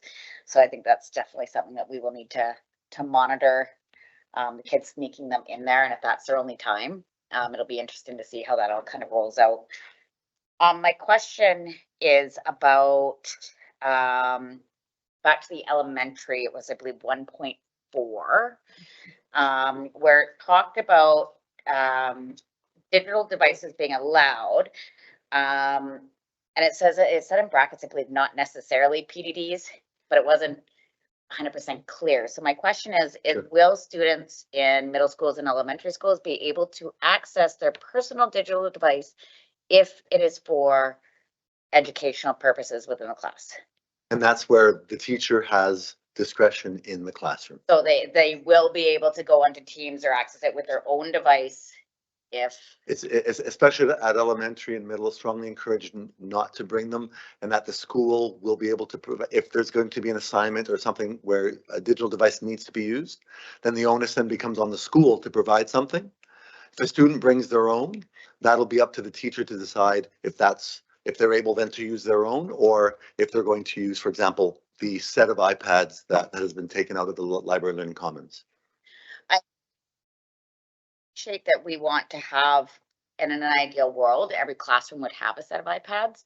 I'm just wondering if the school districts, and not just Langley, but across the entire province and the entire country, if there is funding to be able to make that a reality. Because I know a lot of the times in the classrooms, personal devices are supplementing the lack of full classroom sets, right? So if you're to take away personal devices and we're highly encouraging them to not bring them to school, it will put us at a disadvantage as teachers in the classroom, being able to teach your lessons and have kids work online, because we are increasingly in a digital world. And there's a lot of classrooms aren't using any textbooks at all anymore. So I'm just wondering how we are going to move forward with that and find funding to make sure that there is adequate devices for all the classes. So something that the district's recently gone through a review and is looking at what are the ratios we have of digital devices to students. And our director of IT is actually looking at what does that need to be in terms of, again, not necessarily that, let's just say it's 5 students to 1 iPad at elementary. Let's just use that as an example. That doesn't necessarily mean every classroom will have 5 iPads. What that means is in the school, available to the school, there will be. And so just like whether it's signing out of the library, whether it's like how that operates and plays itself out in schools, that's something then that IT and ultimately the principal and staff will decide. But we are looking to ensure that even from a starting place, from an equity perspective, making sure that we have enough devices. And we do have devices, but again, we're currently reviewing that right now. It would be interesting to see a study on that, to see what that kind of comes out at and what the optimal learning amount is. Obviously, optimal is 1-to-1, but what can we get away with as we navigate the next 5-10 years? What that ratio can look like and what we need to start future planning for and really putting money aside for. Yeah, and again, to your point, that is balanced against the idea that, and we purposely said in elementary, middle, that cell phones aren't in pockets. Because again, what we're trying to find that balance between learning and I'm about to start thinking and doing work and all of a sudden buzz. And I think we've seen, maybe it's us, or maybe it's other folks who have phones that are very active. It can buzz 15 to 20 times in a minute. Oh, I know, there's Right? a cell phone basket on my desk that goes off constantly. Absolutely. And so again, it's that fine balance between focusing on learning, but making sure at the same time that when we need a digital device, we have one, right? So I appreciate the question. Thank you for all the work. I'm glad it's you and not me. Well, and to be fair, the work will be in schools, right? Yeah. That's where the work will happen, in schools. So. Thank you. Vice Chair Wilson. Great. Thank you for this work. I know just from seeing different like blogs and social media posts that it's going to be a big challenge, and there's lots of parents weighing in different sides. And so I don't envy the schools. And although like the ministerial order saying develop more specifically at district and school levels, I'm of the opinion that I prefer it to just come from the ministry and be the same for everybody. And it's like, these are the rules. And then you don't have one district where it's like, oh, this is their rule and this is our rule. And it's just like, if this is what they want, then bring it and just put it in place. And that way we all know what we should be doing. And I just find like that policing this is going to be a challenge. And I feel that so much of our staff in the schools have so much on their plate right now. And to add one more thing, like trying to just police this all the time is going to be very challenging for them. So, and, you know, to echo Trustee Dickinson, yeah, I keep hearing from different parents that, you know, although there is technology in schools, for there to be enough for all of the students to have, you know, access when they need it is going to be a challenge. And so I hope that we're working on that. But yeah, I guess I want to say that I hope, you know, I think it's going to take time, and I hope that parents and public and everybody is understanding that this, you know, is new, and everything when it's new takes time, and I hope that, yeah, we give a lot of grace to the staff, and we just, you know, see how it goes, sort of like a trial at first, and just, yeah. I think the good Anyways. news is that this is already a challenge in schools and they've been solving this. Yeah. They've been solving this and for a long time. And so hopefully the clarity that comes from this isn't going to be like the word for word thing, like, but the clarity of knowing that they can draw some lines with the community and then they can uphold those. And if they feel, again, not emboldened in a negative way, but in a positive way, then maybe this does something. But yeah, I appreciate everything I you hope said. so. Thank you. And thank you for your time. Trustee Fox. Thank you, Chair Ashdown. Something, I agree with all the comments that have been made, but something you mentioned a couple of times in the wording in there is locked. So what's your answer to locked in the classroom? I know it would be a great work project for our maintenance people to create a little locking cabinet with a multitude of little drawers or something like that, but is there something on the market? Whatever. Well, the good news is that anything that locks, like a closet door, a cabinet door, anything that locks, I think becomes a safer place than some place that doesn't lock. So I'm not sure that it necessarily needs to be tailor-made for that, because I do worry that then, like, I'll give an example. In the research, New York City had a blanket ban. You couldn't bring your cell phone to school. So you know what happened? Private companies would bring vehicles to park outside. Kids would line up, pay them money to hold. So that's not what we're looking for. That's not what we're I looking thought that for. would be a good entrepreneurial exercise. So I'm hoping that we won't need tailor-made responses, that enough classrooms have areas that are lockable. That then becomes, whether it's, I think Trustee Dickinson said she's got her basket. So to have the basket and then to lock it in the cupboard might be all that's needed in some cases. But Yeah, it's just, it could be a very broad word and expectation. sure. As well, and I just wondered if there was any thought given to that. I mean, it's easier to say in words, but the reality may be slightly different. That's okay. That's fair. Appreciate it. Thank you. Trustee Rye. I just wanted to say that I agree with Marnie in the sense that the ministry should just bring out the rules, but I think this policy was very long overdue. And I was especially pleased to see that section where you're not allowed to take pictures of kids or students without their permission. Hopefully that will control the cyberbullying that happens with kids. I've seen it, I've experienced it, and I'm really happy to see that policy. And hopefully they'll protect kids. And and when they are found in the cell phones, I hope that the teachers or principals take some sort of action to delete those pictures or put some policy in place to prevent things like that happening, even stricter. Thank you. Thank you. Agreed. Thank you. And I too just want to thank you for all of your work on this. It's I can't imagine it's a huge job, and I do appreciate how inclusive you've been in this process to try to include students who do have IEPs, and so I would imagine over time things may be tweaked, and as you see maybe things missing or needing to change, but I believe it's a great first step, and to have that clarity, and we are all guilty of being distracted by our cell phones, even as adults, even more so. And I sometimes wish I could just maybe lock mine away for an hour or two. But I mean, I can't. I know I've caught us at dinner with all four of us looking at our cell phones. And then, hey guys, come on, we got to put these away. So we're all guilty of it. It's just the world that we live in. So if we can make the learning environment better for our kids, and I'm all for it. So thank you so much for all your hard work. Thank you.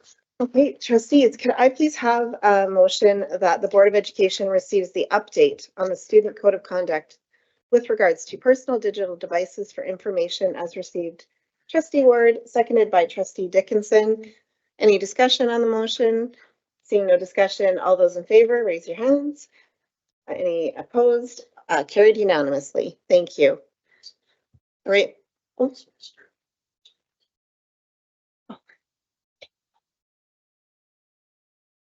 Okay, so we're moving along to 8.3 middle school programming in the Walnut Grove Secondary School region. And just before I move on to that, a little birdie just told me that it's your birthday, Mr. Linden, so happy birthday.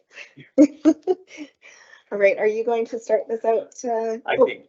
Marcella will? Yeah. Okay, all right, over to you, Marcella. Again, thank you. Again, good evening again, trustees.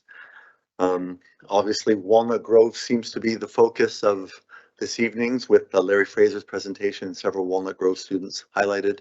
We're going to highlight a little bit some of the work that happens in the Walnut Grove region to support middle school programming. There we go. So again, the topic, middle school programming in the Walnut Grove region. This is part of some of the larger work in the district as the district looks to become a middle school district.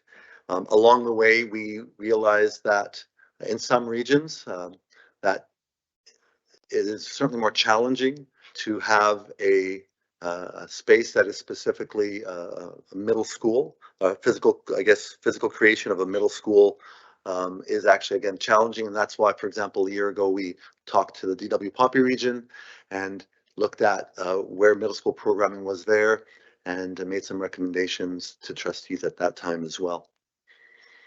So a little bit of background. In May 2017, there was a regular meeting of the Board of Education and the following motion was passed. That the Board of Education directs staff to establish a transition committee to report back to the board by March 2018 with an implementation plan for establishing the middle school model in the Walnut Grove community, which will include a timeline, facility change requirements, and education programming implications.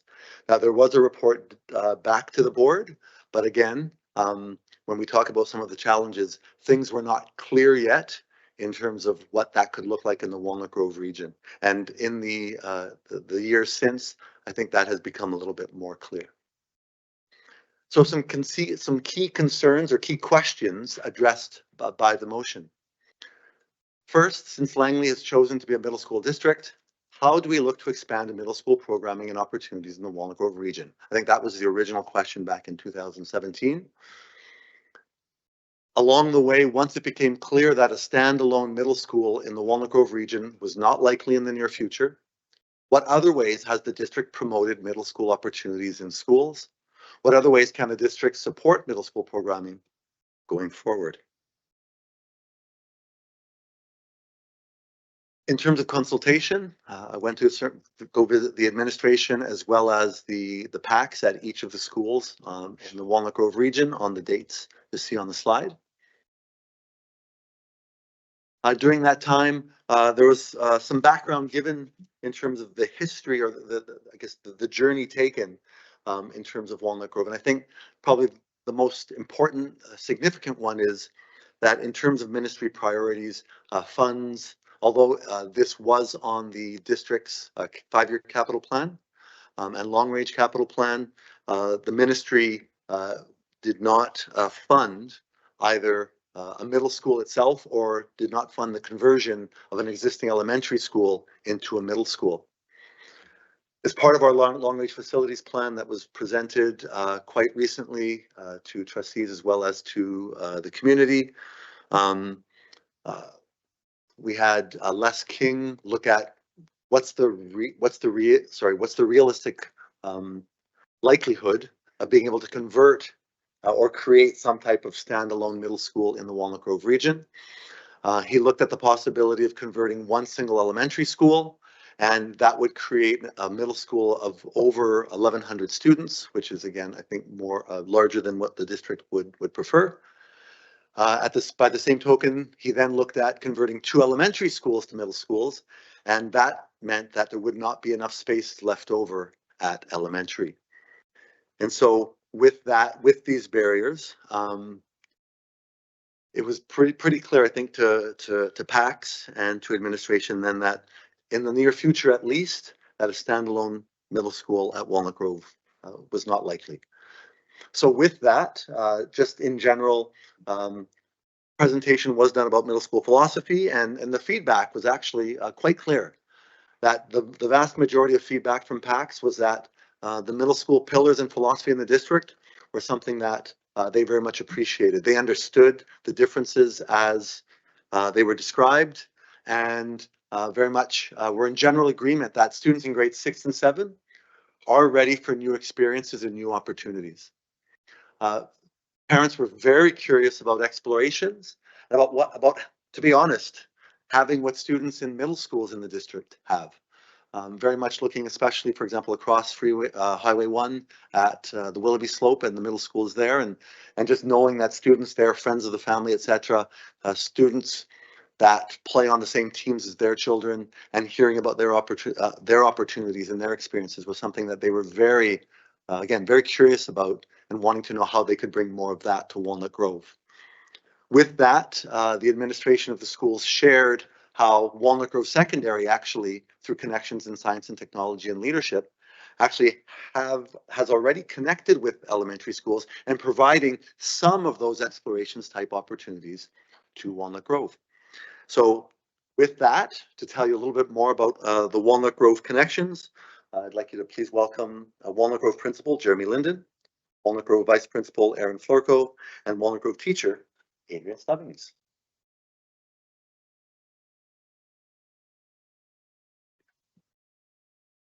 Thanks, Assistant Superintendent Moino. And thanks for acknowledging my birthday. That's lovely. It's not every day that your superintendent gifts you a board meeting and a presentation and on your birthday. So I feel like you're a giver. He's the giver, and I appreciate that. Thank you. So already mentioned, we've got two presenters here as well. We had a third one, Tim Stevenson, who is he's been instrumental in terms of some of the work around science and technology and going down to the elementary schools. But he is actually presenting at Fraser Valley Continuing Education tonight. He's presenting on astronomy. So he was very torn. He had obligated himself to that long before this date came up, but wishes he could be here. But Aaron Florco is going to do an amazing job representing that piece. So the intent this evening is we want to walk through sort of the history of the middle school blocks that we have that have been operating since 2018-19, and then also some transition pieces that we've been working on through what's called the GQ Gator Quality Program, Gator Quality Ambassador Program, which is a mentorship program for our incoming grade 8s. But I just want to touch on something that Mr. Moino talked about in terms of exploration. So one of the shifts that Walnut Grove Secondary's made in terms of grade 8s is move to more of a middle school model in terms of how students experience electives at the school. So it used to be that they would do very much like the rest of the secondary school, just pick different electives that they are interested in. We've shifted towards what typically happens in the elementary or the middle schools now, where they go through short periods of rotation, 6 to 8 weeks. Some are a little longer, some are a little shorter in terms of just getting a taste of all the different opportunities that are available to them. So that's a program shift that has happened for grade 8 students. So we'll start with just the middle school block. So in 2018-19, we got 2 blocks to just sort of do some work with middle school programming. So I wasn't there at the time, but what I understand happened was a conversation with the family of schools around what could be really useful in elementary schools and how could we provide some of that support. And the area that came up was around science and technology. And so that really lent itself towards Tim Stevenson and his expertise in terms of what he brings to the table around mentoring teachers. They felt they needed some support in terms of sort of upping their game, so to speak, around science education. And then he also has spent a lot of time, I'm not going to spend too much of your thunder here, but spent a lot of time doing some work with the students as well. And again, Aaron's going to share a little bit about that. The second piece that you're going to hear about is Walnut Grove has had a GQ Ambassador Program, and it's been a student mentorship program. It's been around for years. I think it dates back to Mary Wright. Is that true? You were a teacher there, yeah. So it's been around for a long time, and it's always been about mentoring younger students, providing leadership opportunities for older students. And so Adrian and I, a couple of years ago, started talking about how do we connect to this piece that's happening in the elementary schools. And what we decided to do is shift sort of the transition. Instead of just being when they come to grade 8, then they get that all year long in grade 8, sort of shifted it back 6 months. So when they come in grade 8, they get what they would normally do for first semester, but they will have already gotten in second semester, if they're grade 7 year, they already would have had a bunch of opportunities to connect with the secondary school, the GQ students, etc. So that's a shift that we've made. This is the end of our second year with that shift. And I think it's been fantastic, and you'll hear a little bit more about that in just a few minutes. And I think with that, I will turn it over to Erin. Thank you. So as Jeremy said, Mr. Tim Stevenson, he's our science teacher and he is a master teacher. Unfortunately, he's not here today, so I'm going to try and do justice for him. He is one of our middle school transitions teachers, and he teaches our young feeder school minds through science and fun. And one of the main things he connects to them is through connection. So connection to our lands, our community, to each other, and most importantly, to learning. So how he does this is he frequently visits their schools, and then he frequently invites them to visit our schools. And he doesn't do this alone. He collaborates with their teachers. So all the grade 6 and 7 teachers he has formed a very deep connection with through our teacher librarian for that tech and researching piece. And then Adrian Stebbings, another transition teacher, and of course through admin.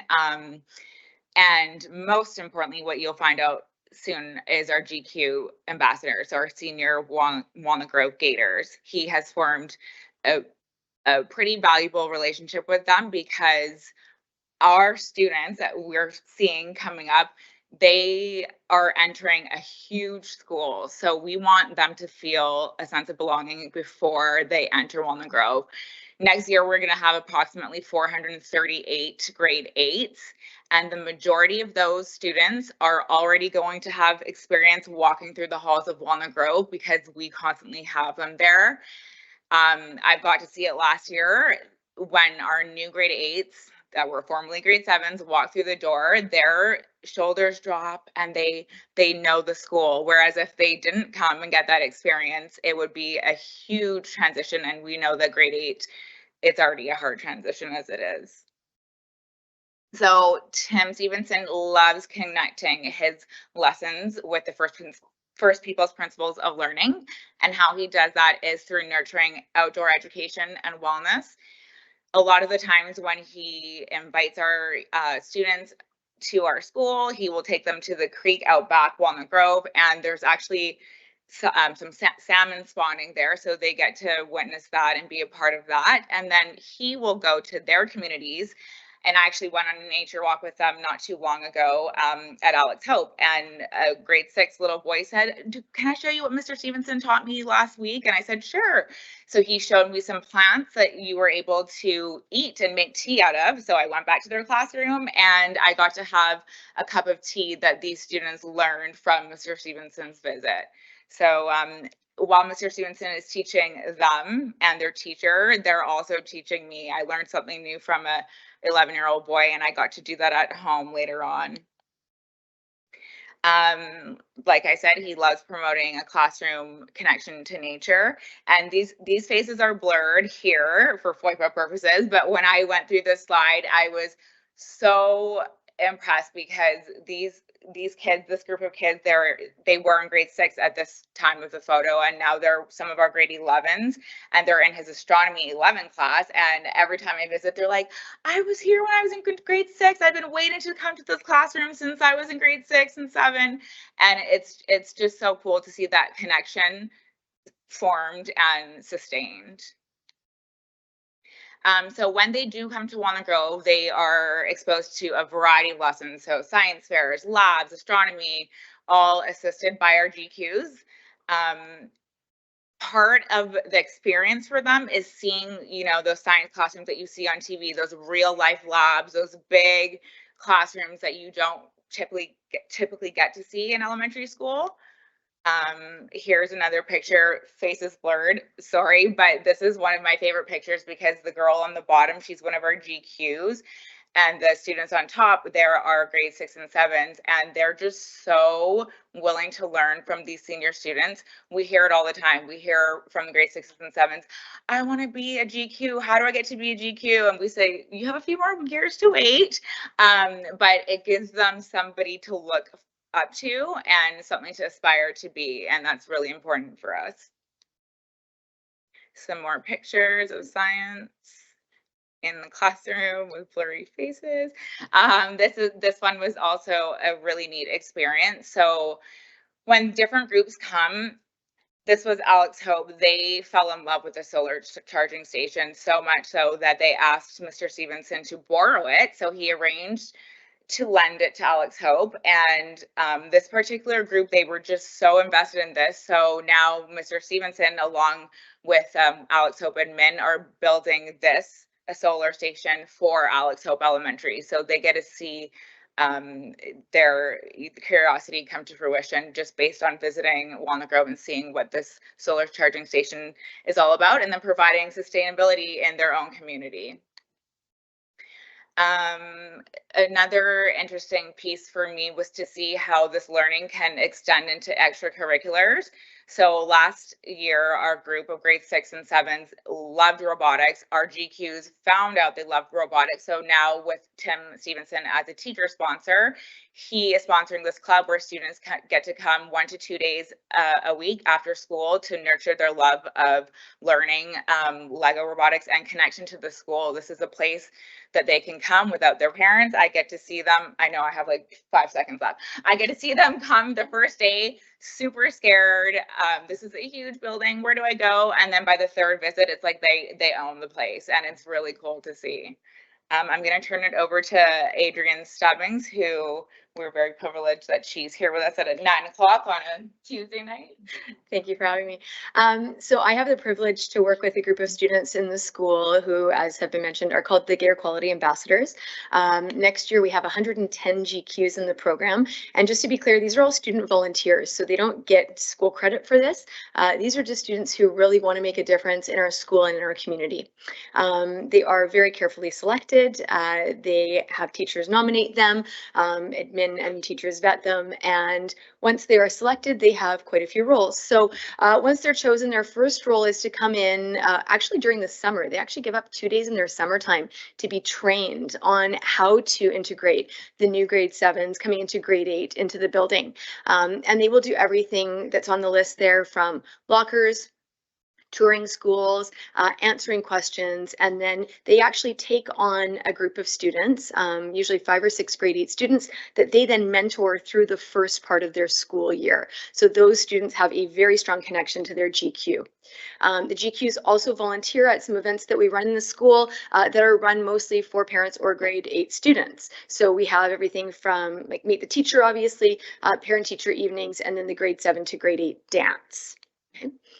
So here's just a picture of what it looks like in a classroom. So bi-weekly, we have those GQs visit their grade 8 homeroom students. And this is kind of an idea of what it looks like as you've got a GQ mentoring a group. They may be doing an activity, they may be talking through something. It might be a lesson-based opportunity that day. So we have a variety of different activities that the GQs actually help to create as well. Mid-semester, as we transition from semester 1 to 2, we actually host a grade 7 conference. So the GQs help with that, and they plan the conference. They lead the assembly, which you can imagine is pretty intimidating when you've got 400 and something grade 7s watching you, and you have that leadership role.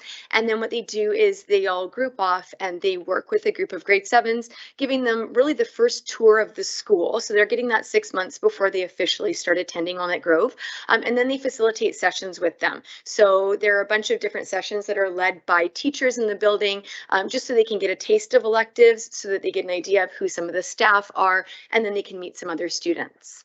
Okay. And this is, these are some photos from our grade 7 days. You can see GQs working with them in a variety of different settings here. everything from some athletic stuff to science to just mentorship pieces. And then this was a wall that was put up in one of them that just said, welcome, what's one thing you're really excited about when you think about coming to Walnut Grove? And so recording that and then having kids walk through, and then the neat thing was having GQs also see that, and then now they know what those kids are looking forward to next year and how they can help to contribute to that. As we start second semester, we actually change our focus quite a bit because we no longer have those grade 8s in homerooms. We now focus on the grade 7s that are coming into the building. Okay? And so you can imagine coordinating with 110 kids who you don't have in a class is fairly challenging, but they're all very, very committed, driven kids, and they look really forward to these 2 opportunities most specifically. So we visit all of our feeder schools, so all 6 of the schools get a visit from us, and the GQs volunteer their time, so they leave class to come out and do this with the students. And this is the opportunity that the grade 7 teachers give me the most feedback on, that the kids love this. Like the grade 7s just love when the GQs are coming to their school, right? Because it's a chance for them to kind of have that leadership role in their own building. So we are there for half a day with those students, doing everything from team building activities to meeting some GQs, some who will be transitioning onto post-secondary, others who will be there the next year. We give them the opportunity to connect with that GQ and to ask questions in hopefully a really non-intimidating setting, because they're in their house at this point. And then I actually end the session where they can ask questions of me as a teacher, but then also of all of the GQs as a panel. And it was interesting, our last visit was to West Langley, and those students, a small but mighty group of kids, they had 45 minutes of questions for us. And I thought, you know what, they're going to come more prepared than any group because they really were engaged in what was happening, which was really neat to see. We do everything from opening locks, which, if you remember, is the thing that kids most panic about. So we sit and we have like 15 minutes of lock opening class. And this is just a really great opportunity for us to connect with them.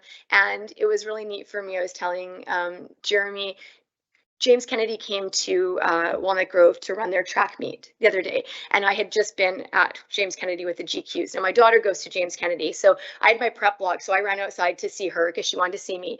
And as I was walking down the path, the grade 7 teacher and her students were like, "Bonjour, madame," because I teach French immersion, and I was like, "Wow, I have no idea who they are," right? But they knew who I was, and I thought that was actually a really neat, very authentic connection to get to see. And then as I kept walking, they're like, "You're so-and-so's mom, you're so-and-so's mom." And so there is that really kind of cool community connection when we get to go into schools and they get to come and see us just in a really organic way. And as mentioned previously, the GQs also help with those research and library sessions that are run by our librarian and Tim Stevenson. And then they get to do cool things with the kids, like hosting and recording podcasts that they get to then take back to their schools. Okay.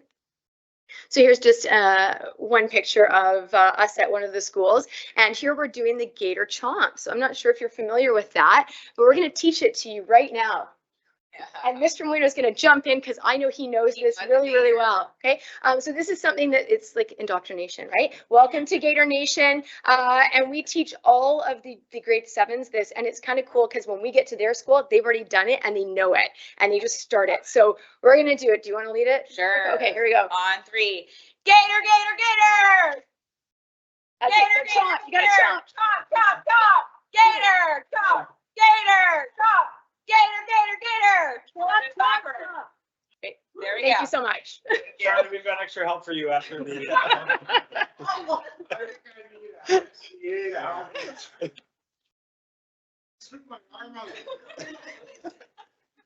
So a huge thank you to Walnut Grove for presenting.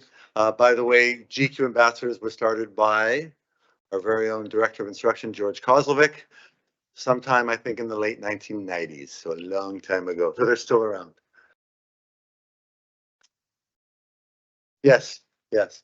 So I think ultimately, as much as there's not a standalone middle school in Walnut Grove, you can see how the middle school philosophies and pillars has inspired the community there, the region there, to really connect. So that grade 6, 7s, and 8s have a very unique experience, one that makes, I think, one that connects them to the very best of what middle schools have to offer.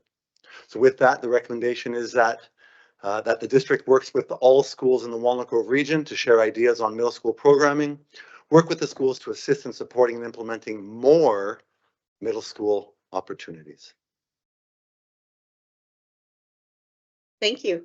Questions, comments from trustees? Trustee Dickinson. I am so incredibly jealous right now. We're going through transitions myself. I teach grade 6, 7. I cannot, like, this is outstanding. And I'm just thinking about how sad I am for my kids because they don't get anything close to this. Like, do you understand how unique you are in this? It's phenomenal.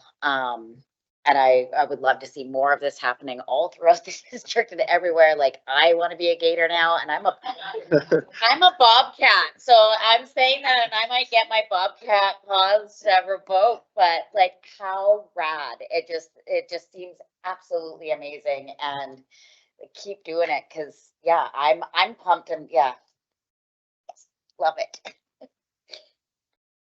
Thank you. Any other trustees?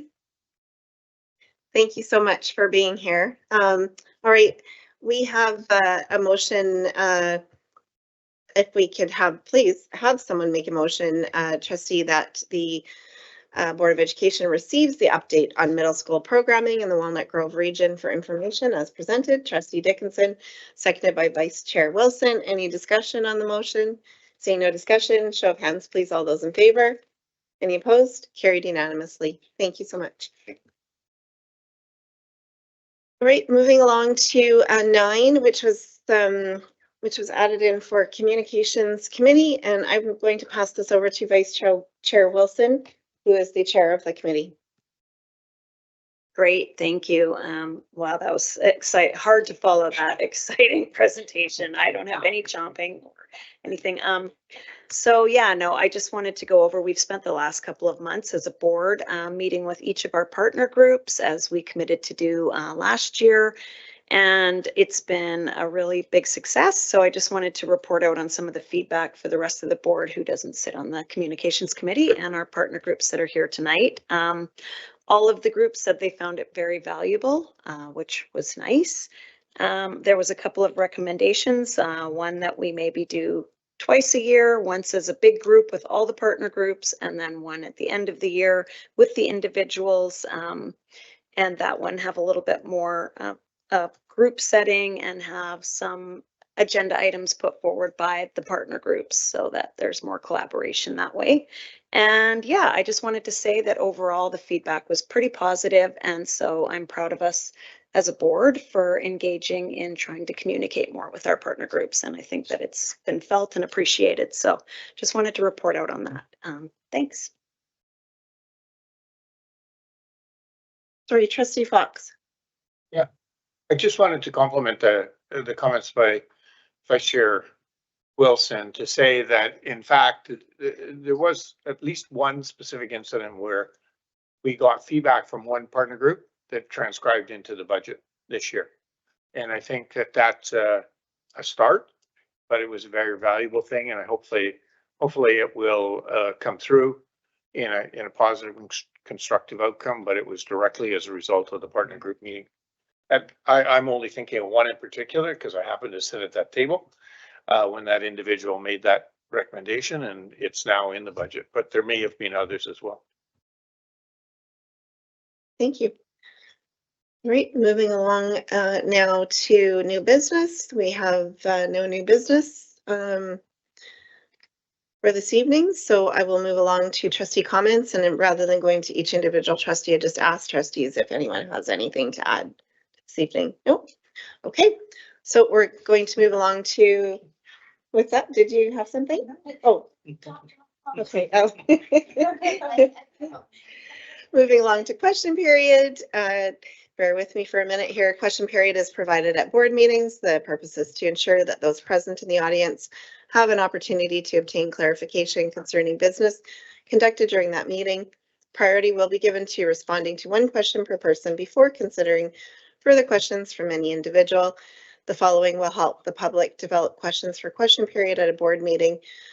That is keeping with the goal of a respectful and focused meeting. Questions need to be directed to the chair, not to staff, need to be related directly to the topic on the agenda, need to be succinct, focused, and not be a statement, may not be asked that are related to personnel or directed at an individual trustee, may not be asked that are related to contract negotiations, and the questioner shall provide their name so that it can be reflected in the minutes. All of the above are directions provided by or provided for in board policy number 7, board operations. The chair may answer, may defer to staff, or indicate a question may not be in keeping with the above guidelines. The board appreciates the public's interest and wants to ensure a professional meeting is conducted with question period focused on providing guests with the clarification they seek. Trustees also welcome questions from members of the public apart from question period. Their contact information is available on the school district website. Are there any questions? Don't think there are. All right. Okay, it's that we have a smaller group here this evening, but so thank you for sticking around with us, those of you that are here. Okay, so Trustee Fox would like to make a motion to adjourn the meeting. So, and we have a seconder, so we will make a motion to adjourn the meeting at 9:15 p.m. Moved by Trustee Fox, seconded by Trustee Ward. Any discussion? No, seeing no discussion. All those in favor? Any opposed? Be carried unanimously. Have a good evening, everyone.